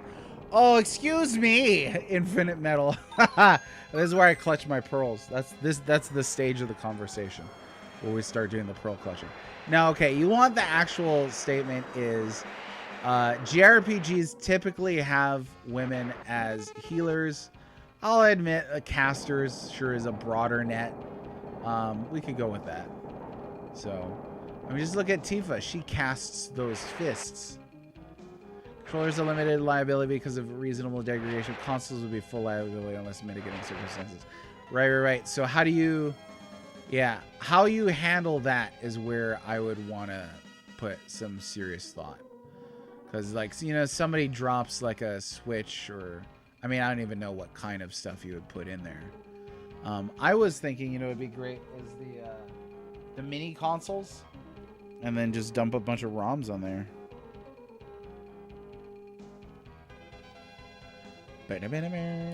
Okay, I don't think the banish spell worked on anything, actually. I probably should be looking at the screen. But I'm not.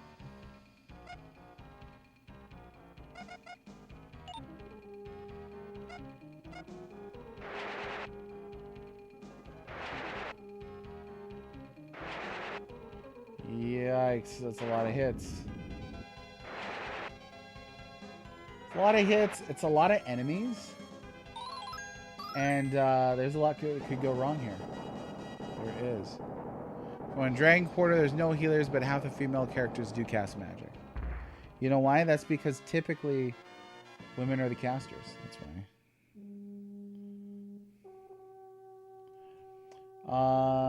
Let's see. What do I want to do here?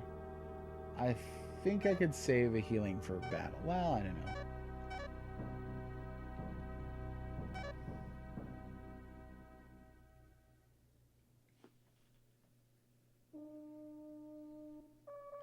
New controllers feel more feeble. Yeah, plus them with new controllers, you're going to be dealing with drift. Cracks me the heck up. I mean, I ran into people who would say things like, well, where the heck are we now? Not that. But I'd meet people who would say, like, you should buy a PS5 just to use the controller. It's that good. And then the thing drifts. And it's like, what kind of a universe are we in right here? That's a little ridiculous to me. You're going to say the controller's good enough, or so good that you should buy the system just for the controller. And then the controller drifts. I got a friend of mine, Duct Tape, who's been mentioned twice now on stream. I think he said his started drifting after a month. A month! You can use a PS5 controller on a PC. But hopefully that thing doesn't drift. I don't know. It's not this kind of euphoric experience. I didn't have one using the PS5 controller. I think it's a great controller. Don't get me wrong, but I don't think it's like divine or anything. I don't know. There's so much hyperbole out there. Hyperbole. I like if these guys are called ball and stick. Lets you know what they're all about. It's simple. Yeah, especially when they're so expensive. What is it, like 80 bucks for a PS5 controller? Ridiculous.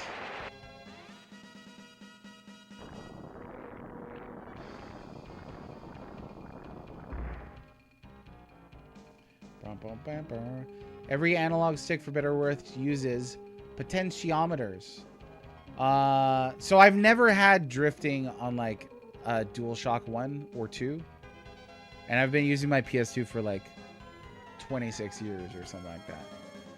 But like I've definitely had drifting Joy-Cons. That's irritating. I have not experienced drift on a PS5 controller yet, but yikes. Oh, I get you. If the selling point is the controller, you don't need to buy a console. That makes sense to me, Infinite Metal. Next time somebody tells me that, if anybody tells me that again, I will remember that.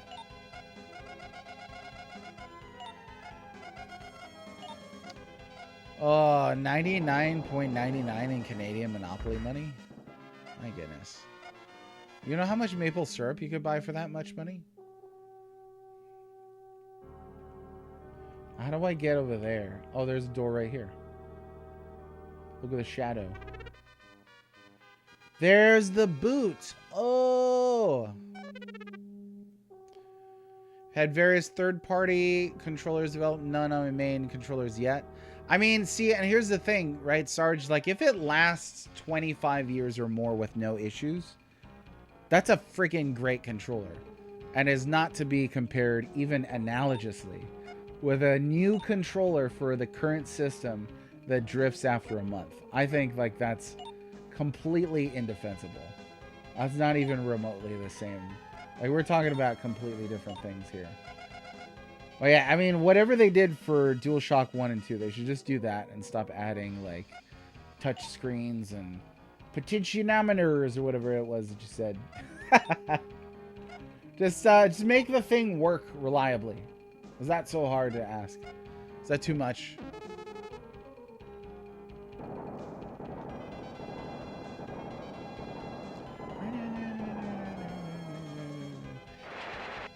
Let's see. To be fair, games on old consoles didn't need the depth of accuracy needed for modern games and complex 3D environments. Well, not all modern games have complex 3D environments, right?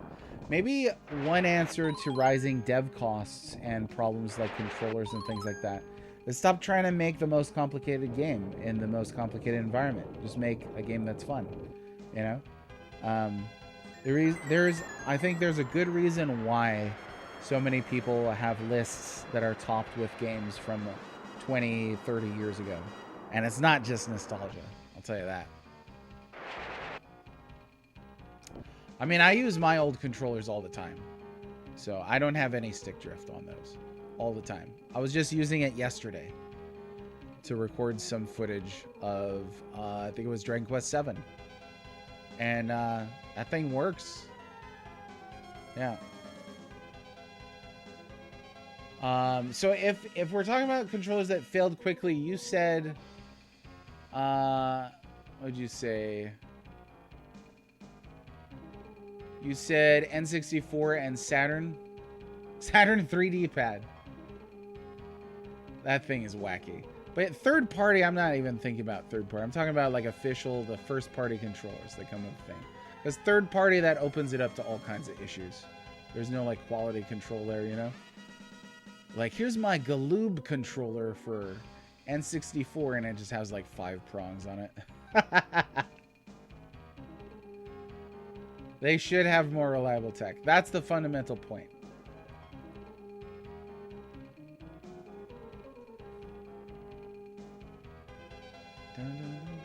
The ones that show stick drift the most are the ones in complex 3D environments.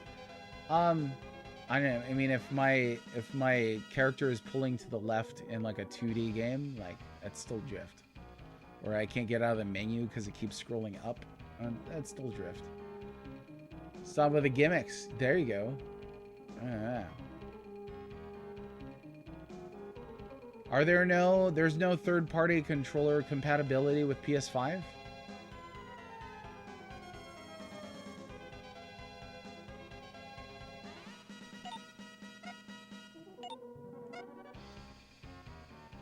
Oh, whoops, we gotta heal him up. So his armor.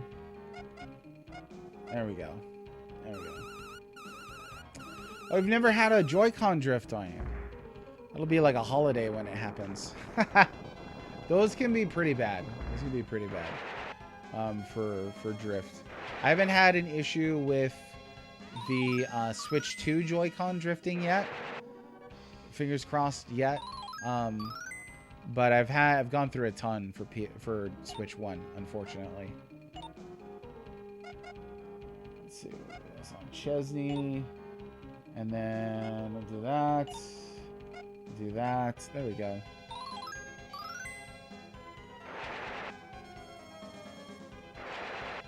What's the business card fix for the Joy-Con drift? I don't know, I've heard of this one.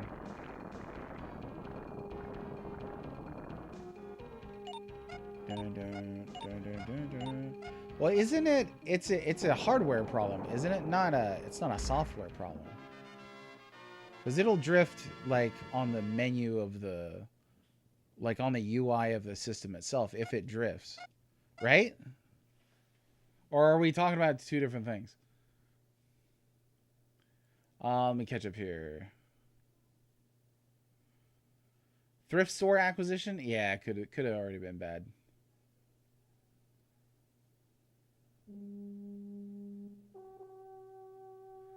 Yeah, Temper is still talking about 3D environment games.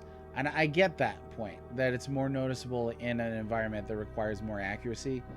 But if, like, it's drifting on the UI of the system navigation, that's drift. Doesn't have anything to do with 3D environment.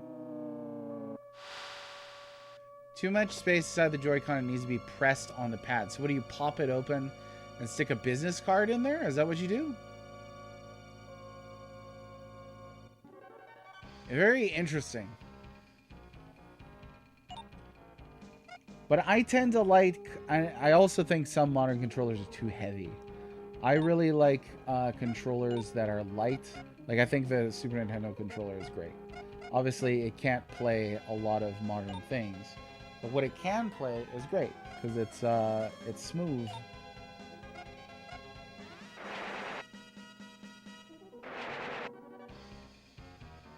Power A wired Switch controllers. I don't know about those. I don't think I've used those.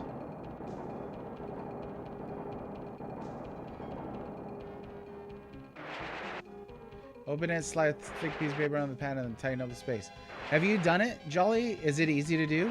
Because I might just do that. Like today. Wow, unusable within a few months. I mean, that's unacceptable. It really is. And I just think in general, like, this is a principle that applies to a lot of modern devices, not just controllers. It's like built-in redundancy. Like, friggin' my Super Nintendo's not even warm. And, like, I run this thing every single day, and it'll run just fine unless the cartridge is dirty.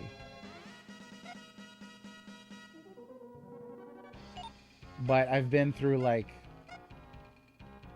some other systems that have had some major issues.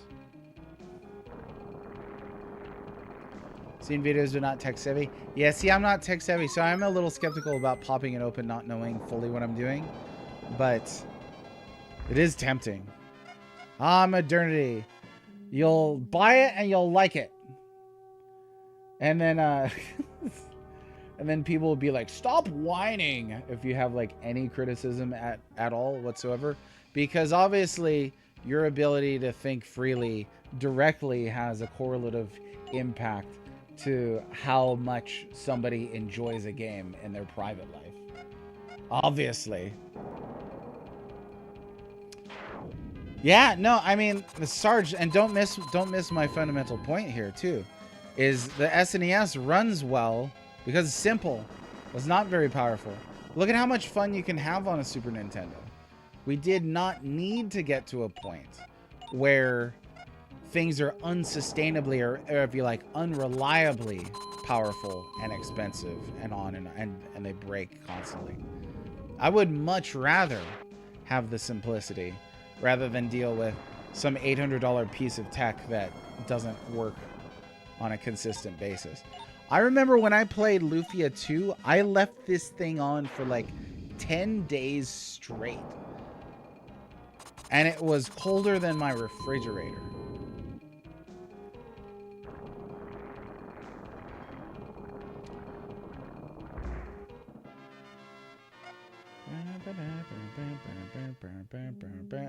Atari 2600 Heavy Sixer still works with less problems running a game than even an SNES.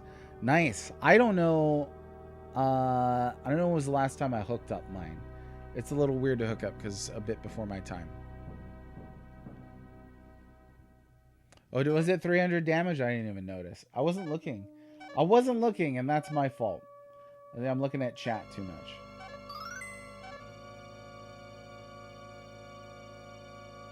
Alright, let's hop back on the thing. See, and that is super unnecessary. I have never heard a good argument for why we should have a convergence of PCs and consoles. There's no good reason for that. Consoles, it seems like for the majority of consoles' existence, were supposed to be the more affordable, accessible option. If you turn them into PCs, it defeats that purpose. And that's a darn shame. Does Chesney have body armor? He does. Yeah. Let's go ahead and refill, and then we'll save here. We'll go into the next door. Oh, yeah, and we got the boot, too, so we could do that. I'm glad I came back down here, because there's all kinds of stuff in here.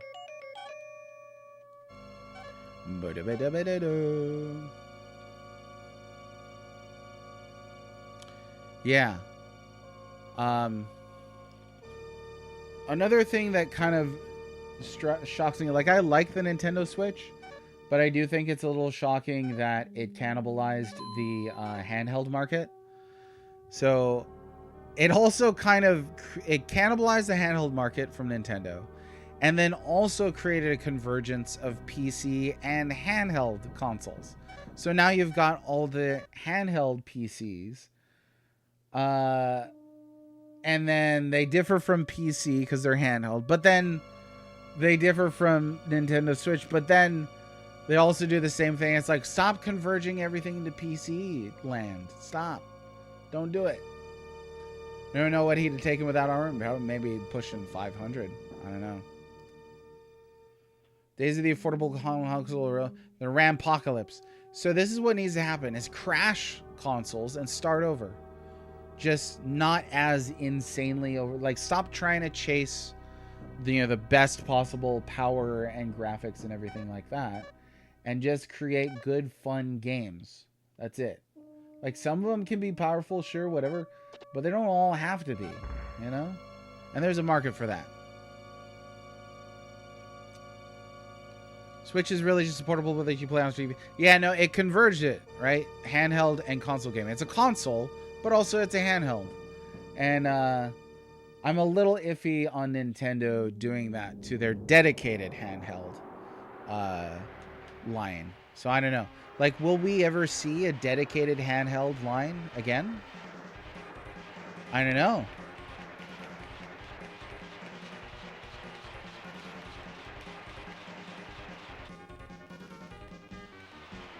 There might not be.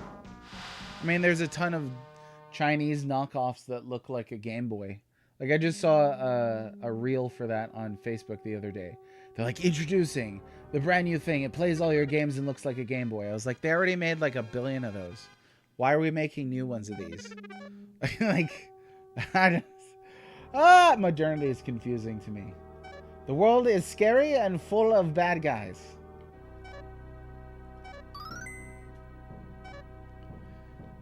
Yeah, a cheaper alternative. I mean, again, because it seems like it was supposed to be the point of handheld gaming. Even something like that. And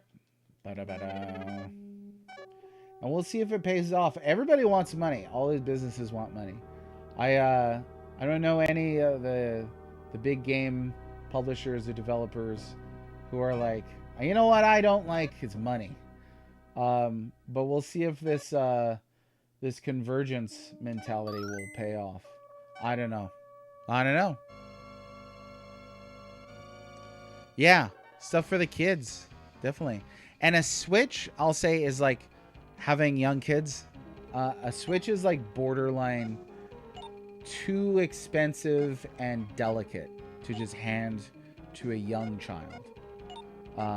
My kids are getting older, but like, there's still sometimes we're like, really, you just left it on the couch underneath a blanket? Like somebody could have just sat on that, you know? I don't know. Maybe they'll bring the DS line back. That would be cool.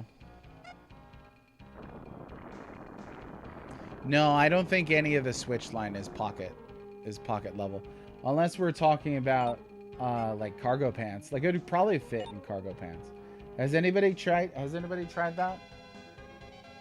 Look at this thing. Look at this guy that just popped up. That's a cool sprite. No, you know what? Let me do energy draw here.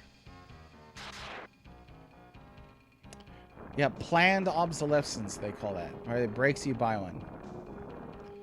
It's not great. It's not great. Yeah, I will go out and say, Jolly, that I hope Nintendo never ports things to PC. I'm 100% pro exclusive. Not 100% pro. Because I'm fine with timed exclusives too, but I think if there's no exclusives, what's the point in buying a different platform? If like for the controller, somebody will tell me like for the not the atmosphere, that's not the right term. What's the word that I'm trying to think of? The economy for the ecosystem, I think is what somebody told me once. I was like, I'm not spending $600 on a console for an ecosystem. I don't even know what that means. Like, I just play games. Where's the exclusives? There it is. I have a PC. I'm just not a PC master racer. Yeah, because that's like, that stuff is cringe, I'll say. I mean, come on, you guys. That stuff is cringe. It's like, PC was so lonely that they had to partake of console war level bickering? Come on. Leave the console wars to the kids. Is your PC powerful enough to be a master race? Nobody's PC is powerful enough to be the master race. That's the big lesson.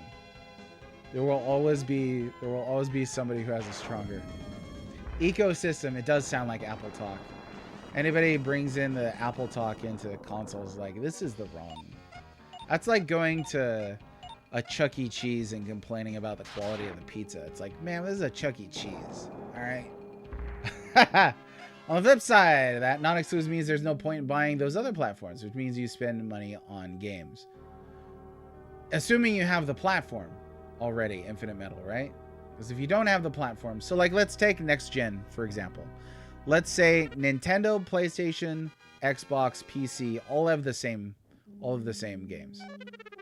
And there's really no reasonable, like, you're choosing basically red, blue, green, or brown, I guess, or rainbow for PC. You know, it's got the lights. And that's it. Then what's the point? I don't know. I really don't know. Like, I think exclusives are essential, but that's just me.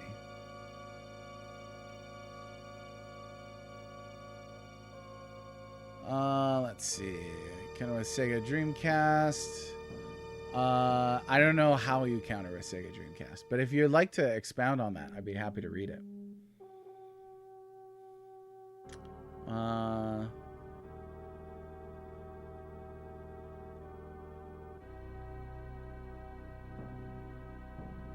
Yeah, I think that's accurate, Aegis. This is argument. You still have to have the platform as well.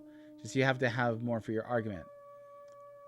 You still have to have the platform, but the point being that I buy the platform for the games, right? Which one do I choose if they all have the same games? That's the question. And you could consider it too less of an argument and more of like an expression of preference, you know? Like, I really enjoyed back in the day when we would have... That's the thing, is like, if consoles are all kind of becoming the same thing, then, you know, why have more than one console? Back in the day, we had a variety of consoles and different kinds of things available at once. Again, more options for the consumer. Why would we want to have less options for a consumer? Differences in consoles would be nice. That's kind of the cool thing now. People say it all the time. You buy Nintendo, you buy PC, you can pretty much play everything. You buy Nintendo, you buy PlayStation, you can pretty much play everything. And that's fine. But yeah, I don't know. I really can't see the future. My crystal ball is dimmed. All right, let me use this water card here. Water card. And there's a robot here. Great Gabneed left a voice recorder with me. Shall I play it? Gabneed, stop this absurd thing. You're going insane. My beloved Sophie, I'm not going insane. I'm spreading true peace across Lennis. You are taking the lives of the people of Lennis too lightly. They are alive too. Sophie, don't interfere. Do you want to end up like Cormu? Do you want to sleep forever? Let's leave Lennis and return to Rygar. Let's go back to Rygar, our home.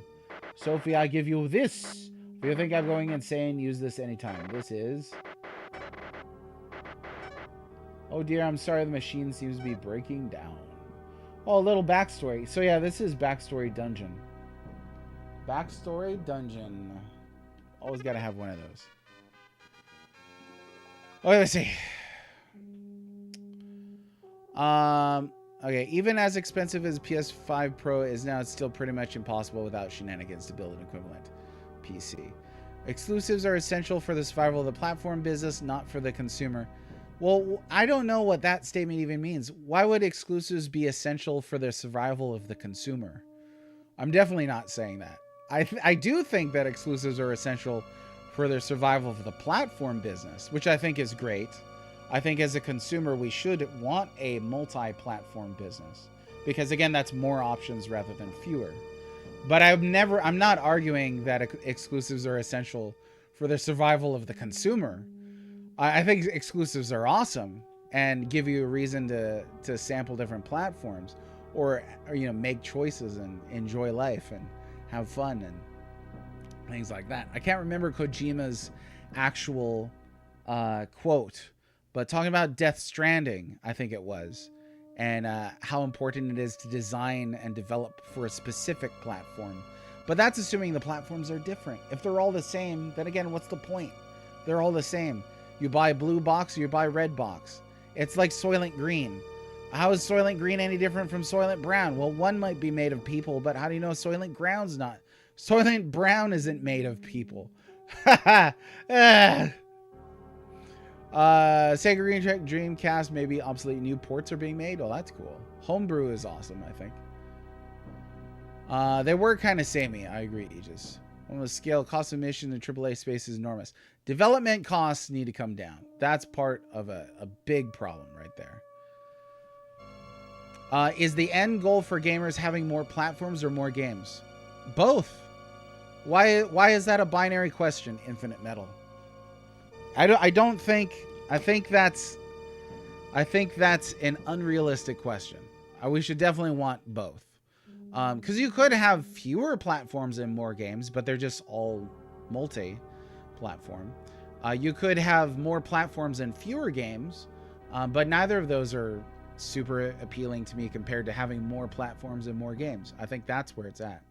And that's definitely a possibility. Money you spend on platforms goes to the platform rather than the games.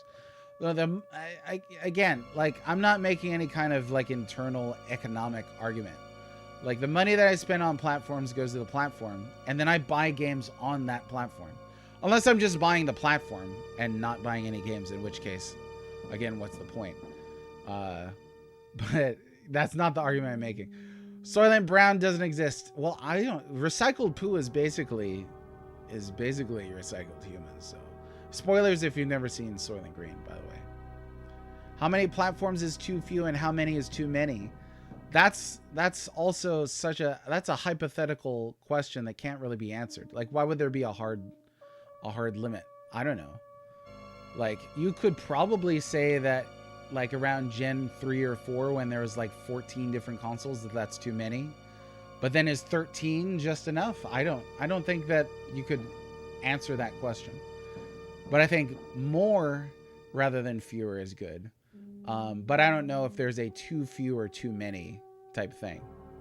Many of us don't have the money to buy more than one platform. Yes. And that's fine. It does matter.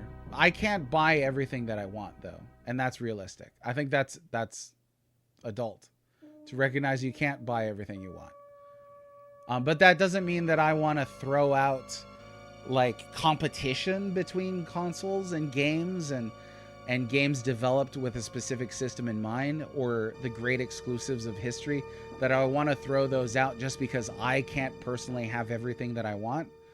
I don't find that compelling at all. In fact, I think that's almost the antithesis of compelling, whatever the antithesis of compelling is. No, I see what you're saying, absolutely. I don't think that makes exclusives anti-consumer. I think it just means that there's reason to buy different things. And if you can't afford it, there's some people who can't afford video games, period. Does that mean that video games should all be free? Of course not, because then video games wouldn't exist. You know? So I just, yeah, that's almost like an overly pragmatic approach. You know, just because I can't afford it doesn't mean, you know, doesn't mean that I would buy into there should be no more exclusives. So, let's see. 2 is too few and more than 5 is too many. Yeah, I guess so. I'll tell you what, 1 is too few. I'll tell you that. 1 is too few and 100 is too many. Let's see. Then you get into limitation what games you can play if you couple it with exclusivity. Is greater access to a larger library as games good or bad? Yes, you do limit what games you can play if you couple it with exclusivity. Yes. And that's been the way that the industry has worked. And it's been largely good. It's been fine. Because you know what? Timed exclusives exist. We haven't introduced that yet to the discussion. But I think timed exclusives are great as long as the ports work. And the PC does not often get working ports when they're timed exclusives. So timed exclusives are fine with me. But, man, make sure they work, you know? I agree. I think Nintendo has to keep their exclusivity. Yeah. Well, there's a drawback. If that drawback is you can't have everything that you want, I'm willing to live with that because that's real life. Like, you can't have everything that you want. I would rather not be able to have everything that I want, considering I don't have infinite time to play all the games that I want to anyway, if we could continue to have exclusives that bring flavor and things like that to various different consoles. And a reason for consoles to exist. Like if we have to compare it to, I could buy every game that I want, even though, you know, I'm not made of money and I don't have, I don't have all the time in the world to play every game that I want anyway. If it's that versus getting rid of the console market entirely because exclusives disappear, I would rather keep the exclusives. And that might be a preferential thing, you know, Infinite Metal, and that I'm fine with that. I get it. We fizzled out soon and felt too much when Nintendo made the Switch 3 also tried balanced consumer demand. Better for developers to be able to reach more people. It is, and I think it's also better for developers to be able to develop for a specific system in mind for that system. You get a better product. Now, again, I'm not against timed exclusives. So if they want to make Elden Ring an exclusive, say Elden Ring 2 comes out, it's an exclusive, it's designed specifically for PlayStation 6. I think that's awesome. And then a year later, they put it on PC to a bunch of bugs. That's fine. Let's solve the bugs, obviously. Give me an Elden Ring 2 Pocket Edition. But there it is. Games are a want, not a need. And I would rather not put my wants above the console industry existing or not. I think the console industry needs to continue to exist. I think we need to have more options. If everything was just PC, I think that would be bad for gaming. Not that PC is bad, but just because having one ecosystem, again, if we want to use that word, is bad. Imagine if Pastor Red only had a Sega Genesis, then it would have been the opposite. I would have had friends who have a Super Nintendo, and I'd have gone over their house. But if I had a Sega Genesis, then they would have come over to my house. That's what we did back in the day. You shared, you enjoyed things, stuff like that. I'd probably hate games today if I only had a Sega Genesis. I wouldn't be writing about RPGs, I'll tell you that. But no, I would have survived. Let's see. I think that's the disconnect. You're trying to keep consoles for other reasons because you like consoles specifically. We're talking solely about the nature of exclusives. Well, I think exclusives are tied to what consoles are for. It's consoles, plural, right? Because if the consoles are all the same, why do we have more than one console? You know, if they're all basically a convergence of PC and there's no exclusives, what are consoles for? I don't know.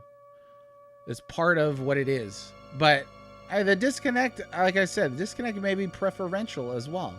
If you would rather have access to everything that you want and the console market disappears, that's fine.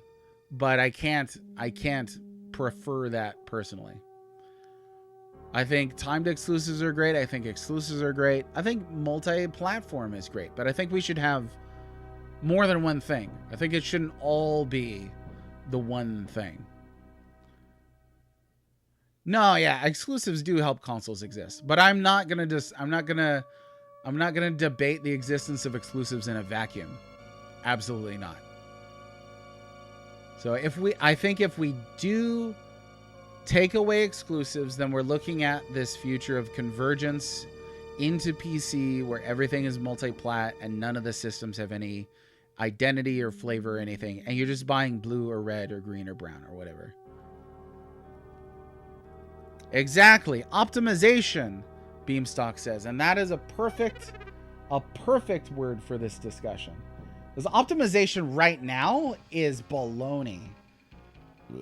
I will not forget when Monster Hunter Monster Hunter, what was the most recent one? Not Rise. Monster Hunter, help me out here, folks. What was it? Monster Hunter Wilds is what it was. And they announced cross-platform play. Sweet. So I and my brother bought it on PlayStation, and then my friend on PC bought it. Except guess what? It doesn't run on PC at all for months, and Capcom has barely touched it. Just an extremely buggy version of the game. What they should have did is released it exclusively for PlayStation and develop it for PlayStation and optimize it for PlayStation, and then take the time to optimize a timed exclusive for PC rather than roll it out and my friend can't get a refund on a $70 game because the thing doesn't work and it's digital. Like, how is that good for anybody? It's not. It's awful. And I was really sad for that guy because he was so looking forward to enjoying it. And he couldn't. It was really sad. Here's the thing is, Infinite Metal says, we want to talk about exclusives in a place larger content needs to become a much larger discussion, bringing in a lot more complexity than we've done so far. Well, absolutely. Now, you can't have maximal complexity at the start of a conversation. I think conversations have to build in layers, which we've kind of done. You know, we've introduced topics like timed exclusives, PC, consoles, the pragmatic purposes of exclusives like optimization and things like that. So I think we've layered on the complexity over time, but I cannot debate exclusives in a vacuum, though. I won't do that. Did you see the chart for Borderlands 4 for PC? I did not. Winds up being better for which group? I mean, I guess, yeah. It seems to me that there's enough precedent to demonstrate, not just in gaming, but in products as a whole, that the more competition you have, the better. And the more monopolizing you have, the worse. Right? Awful or awful? Haha! The latter, because guts. You know? So, again, that might be an economic, like maybe a philosophical difference. But I would absolutely prefer to have more competition between competing products that are not identical, rather than a conceptual monopoly. I think that's bad.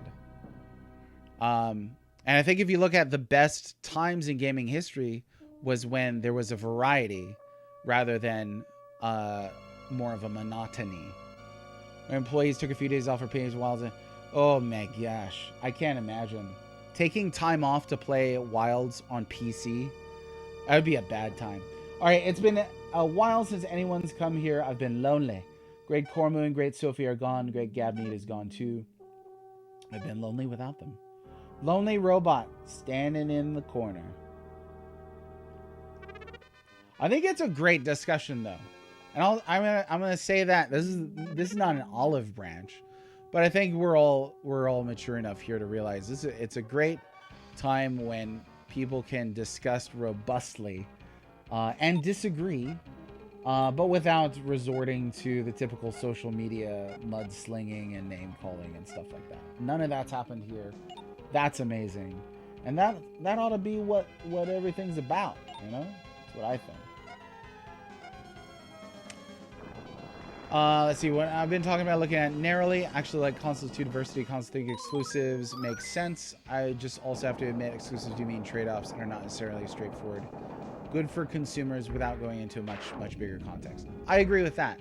I would not say they are like if we want to bridge into like philosophical terms, I'm not gonna say they're like a pure good or an actual good or a maximal good. I think that they're a better rather than a worse type situation, right? So it's better that exclusives exist, and it would be worse if they didn't. But I'm not saying that exclusives are a maximal good or anything like that. Boom, boom, boom, boom, boom, boom, boom, boom, boom. I think for the sake of this conversation, though, a simplification of PC is fine. How come I couldn't walk down that stairway before? I don't know. We got our water card, though, nonetheless. And what you just said, Metal, is specifically about, you know, different OSs, things like that. Like, that is part of the difficulty of PC. It was even difficult just to figure out how to co-op Total War when I was playing on my PC and my brother was playing on his Steam Deck. There were things to figure out, so I don't want to go in that direction. Did I pick up another? I think I did. Let's see. Oh, okay. So I'm gonna need to equip this. I got another mega bottle, and we got a water CD. I don't have to hop off stream today because my kids are home, so there's no rush. There's no rush. Although I am parched after this most excellent discussion. Let's do... Oh, we do have highball. Oh, hang on. It's a mega bottle. It's not ball. Maybe there it is. Mega bottle. Boom! Got it.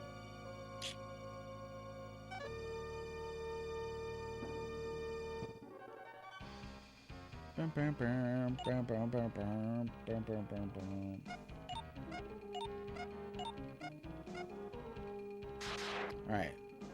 Glad we got the robot. Robot's cool.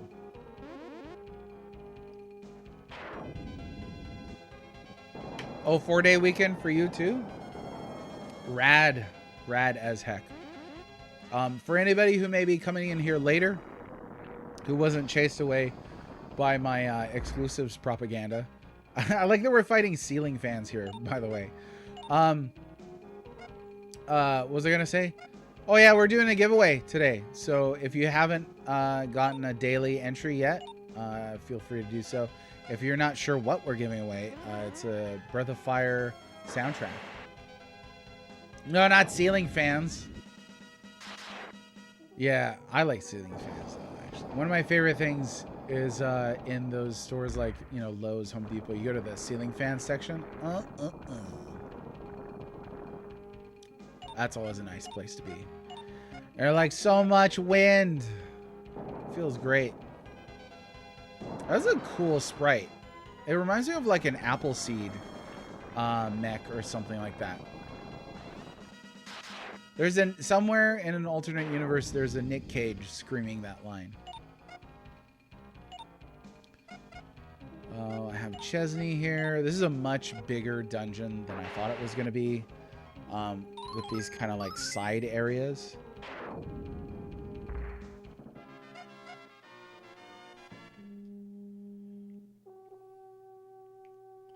Okay, you know what? Let's use one of these Pro Balls that I purchased for that exact reason. Yeah, backstory dungeons. They are large. They are large. How come nobody talks about backstory dungeons? I've never heard anybody talk about it. But then you notice it and you're like, you can't unsee it. You know?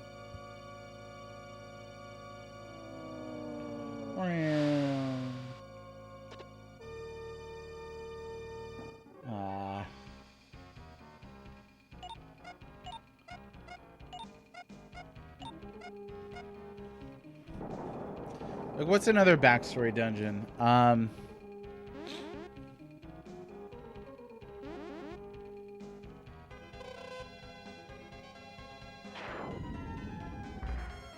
am I drawing a blank now? Is Ancient Cave a backstory dungeon? In Lufia too? Okay. I like Ancient. I love the Ancient Cave. Phoenix Cave in Final Fantasy VI. Yeah. I don't know why my brain keeps thinking of the dome near Death Peak and Chrono Trigger. That's not a dungeon though. But you do get some forced exposition in there. Oh, you got the win. Swoop. So a backstory dungeon would be, I think something like this. It would be a dungeon later in the game that kind of explains or expounds upon a lot of the backstory of the game and the world and things like that. Did you know they were seeded by aliens on the backs of crystals and things like that, you know? Things of that nature. Okay, well, we're not using that, so maybe she could use this. The wind sword. Let's see. It is pretty odd that you can only... Okay, so she can't. That you can only, like... Let's check it for Chesney. You can only equip 2 characters in this whole thing. 272, 334. Oh my, that's not even like comparable. My goodness. Okay, never mind. Or what you do in it doesn't matter for outside that dungeon. I don't know. What would be like an example of like a flashback dungeon? Because this could be a thing. We just gotta think about it. All right.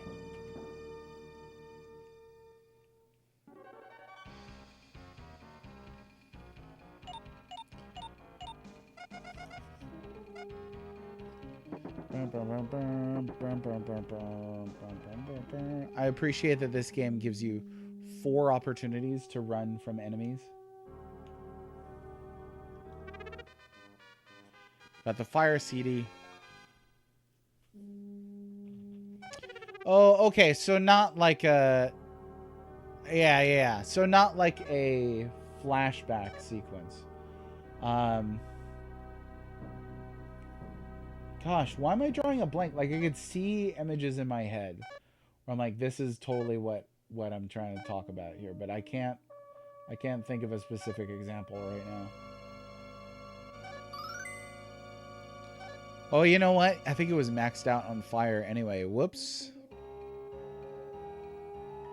So this just leads you out somewhere. So maybe there's like a flying thing that happens later. I don't know.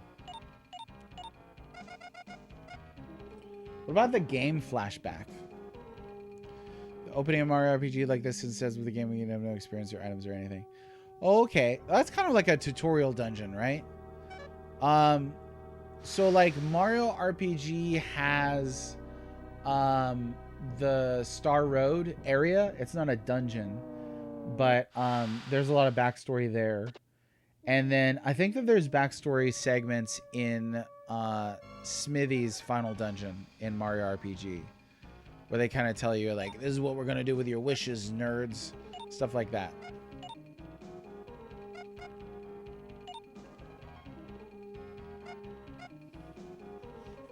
But yeah, I don't know why I'm drawing such blank. Secret of Mana. I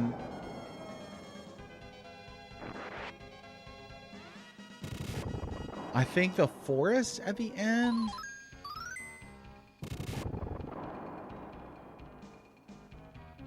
I think yeah, something like that. I don't know.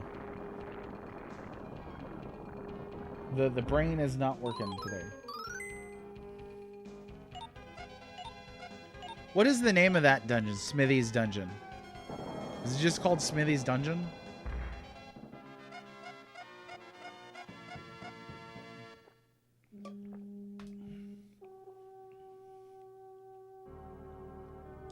You know what? If I can't find a copy of Might and Magic 2 before the end of this game, I might play some Ogre Battle. I'm itching. I'm itching to play the Ogre Battles. I like how I spent a majority of this game, you know, like trying to level up all this magic and stuff like that, and then, you know, just throwing a flamethrower around toward the end of the game anyway, so. Wah, wah, wah. Oh, it's called Smithy's Factory. That makes sense. Because that's what he's doing. He's factoring in how he's going to take everybody's wishes. I mean, what a jerk. Like, there's some real bad villains. Like, bad, like, wicked villains in RPGs. But that is not, like, it's not said often enough. Just how evil it is to take people's wishes away from them. So I've yet to play the remake. I really would like to. Did I get this? Yes, I did. Okay, so there is one more door, I think. The thing that I like about the Mario RPG remake is that it's authentic. I like that it's recognizably a Super Mario RPG. I think that's really cool. Yeah, Shimomura, right?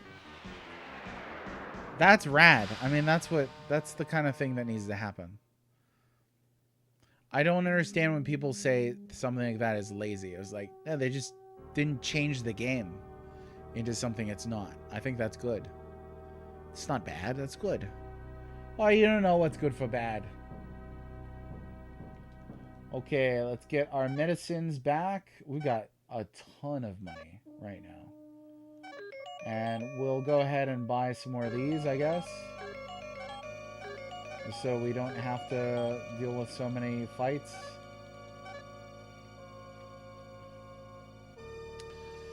Bit too easy for most of the game. I think the original's a pretty easy game, right? Like it's a Mario RPG.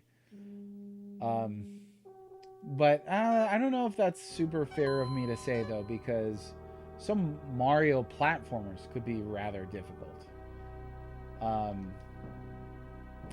But yeah, I don't think the original is all that hard as well. I've actually said that I think that Mario RPG is a better starter RPG on the system than Mystic Quest. You know, you get the IP that kids are going to be familiar with, and you know, it's definitely got a better story than Mystic Quest. It's got great music. It's fun. Cool battle system. All that sort of thing. So they made the remake significantly easier than even the original. That would be something to complain about. Absolutely. Yeah, like somebody was telling me with the original they don't like... Oh, it was Ravaging Justice. They don't like the timed hits thing. But I think the game is easy enough that you don't even have to care about timed hits. You know, like it does extra damage, but you could, especially if you're a grizzled RPG veteran, you definitely don't need to worry too much about the timed hits. Whoops. Where is this? Oh. Is this the... This is the first town.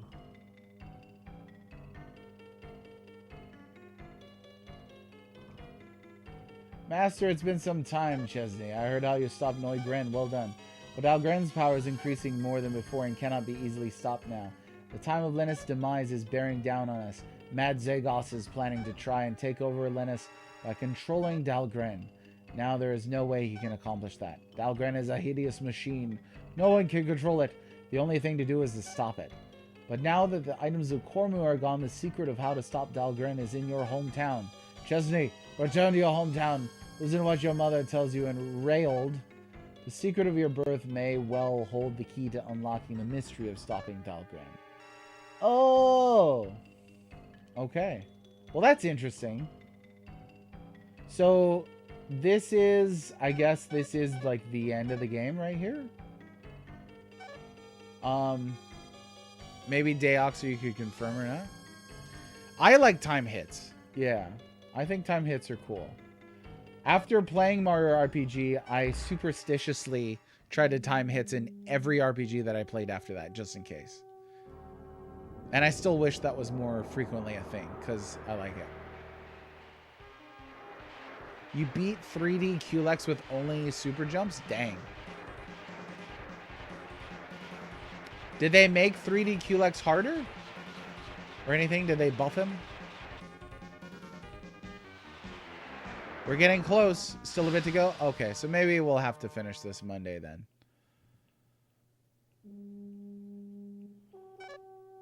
Those wear off real fast.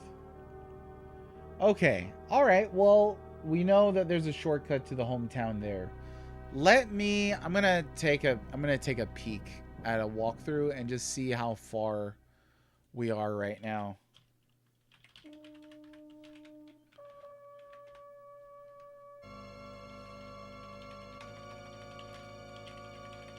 Because if I am close enough, like I feel like I could rush it, but I might just hang out.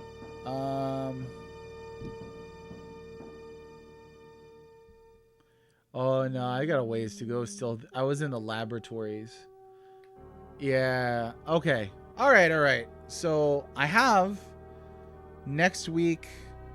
This could be beatable before Easter. No, yeah, it's not going to be done today. Okay. I got excited. I admit, I was like, oh, I'm there. But no.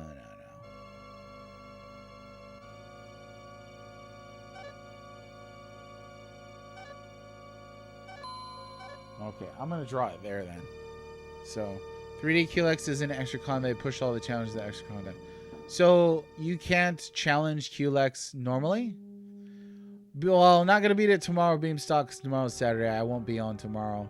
We're probably going to see the Super Mario Galaxy movie tomorrow, and my kids got soccer. So it was a busy day.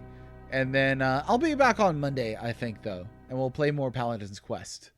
Bear in mind, again, we've got the giveaway. I hope people enter. I hope people win. I hope things that could happen. Thanks for all the new follows today. We're at 986. Sweet. So getting close to the big 1K. Maybe we'll get there, maybe not. Sunday is either this Sunday or next Sunday. I thought it was next Sunday. The 12th? Or is Sunday the...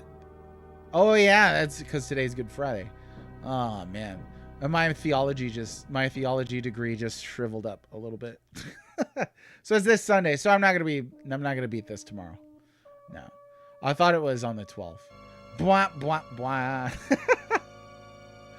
It's always the first Sunday, right? So yeah. It's gonna be on this Sunday. So yeah, not gonna happen. Maybe for the Orthodox. I'll just convert.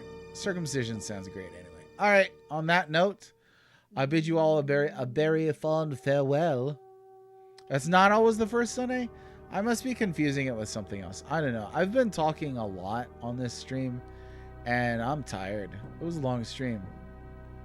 That's lunar based. Alright, I'm going to look this up now. How do they determine... Oh, obviously it tunes up with Passover and stuff like... Anyway, alright. liturgical calendar studies are obviously in order. Happy Easter to you, and happy weekend to you if you don't care about Easter, and happy Friday, and thanks for watching. I'll see you all next time. Take care. Bye-bye.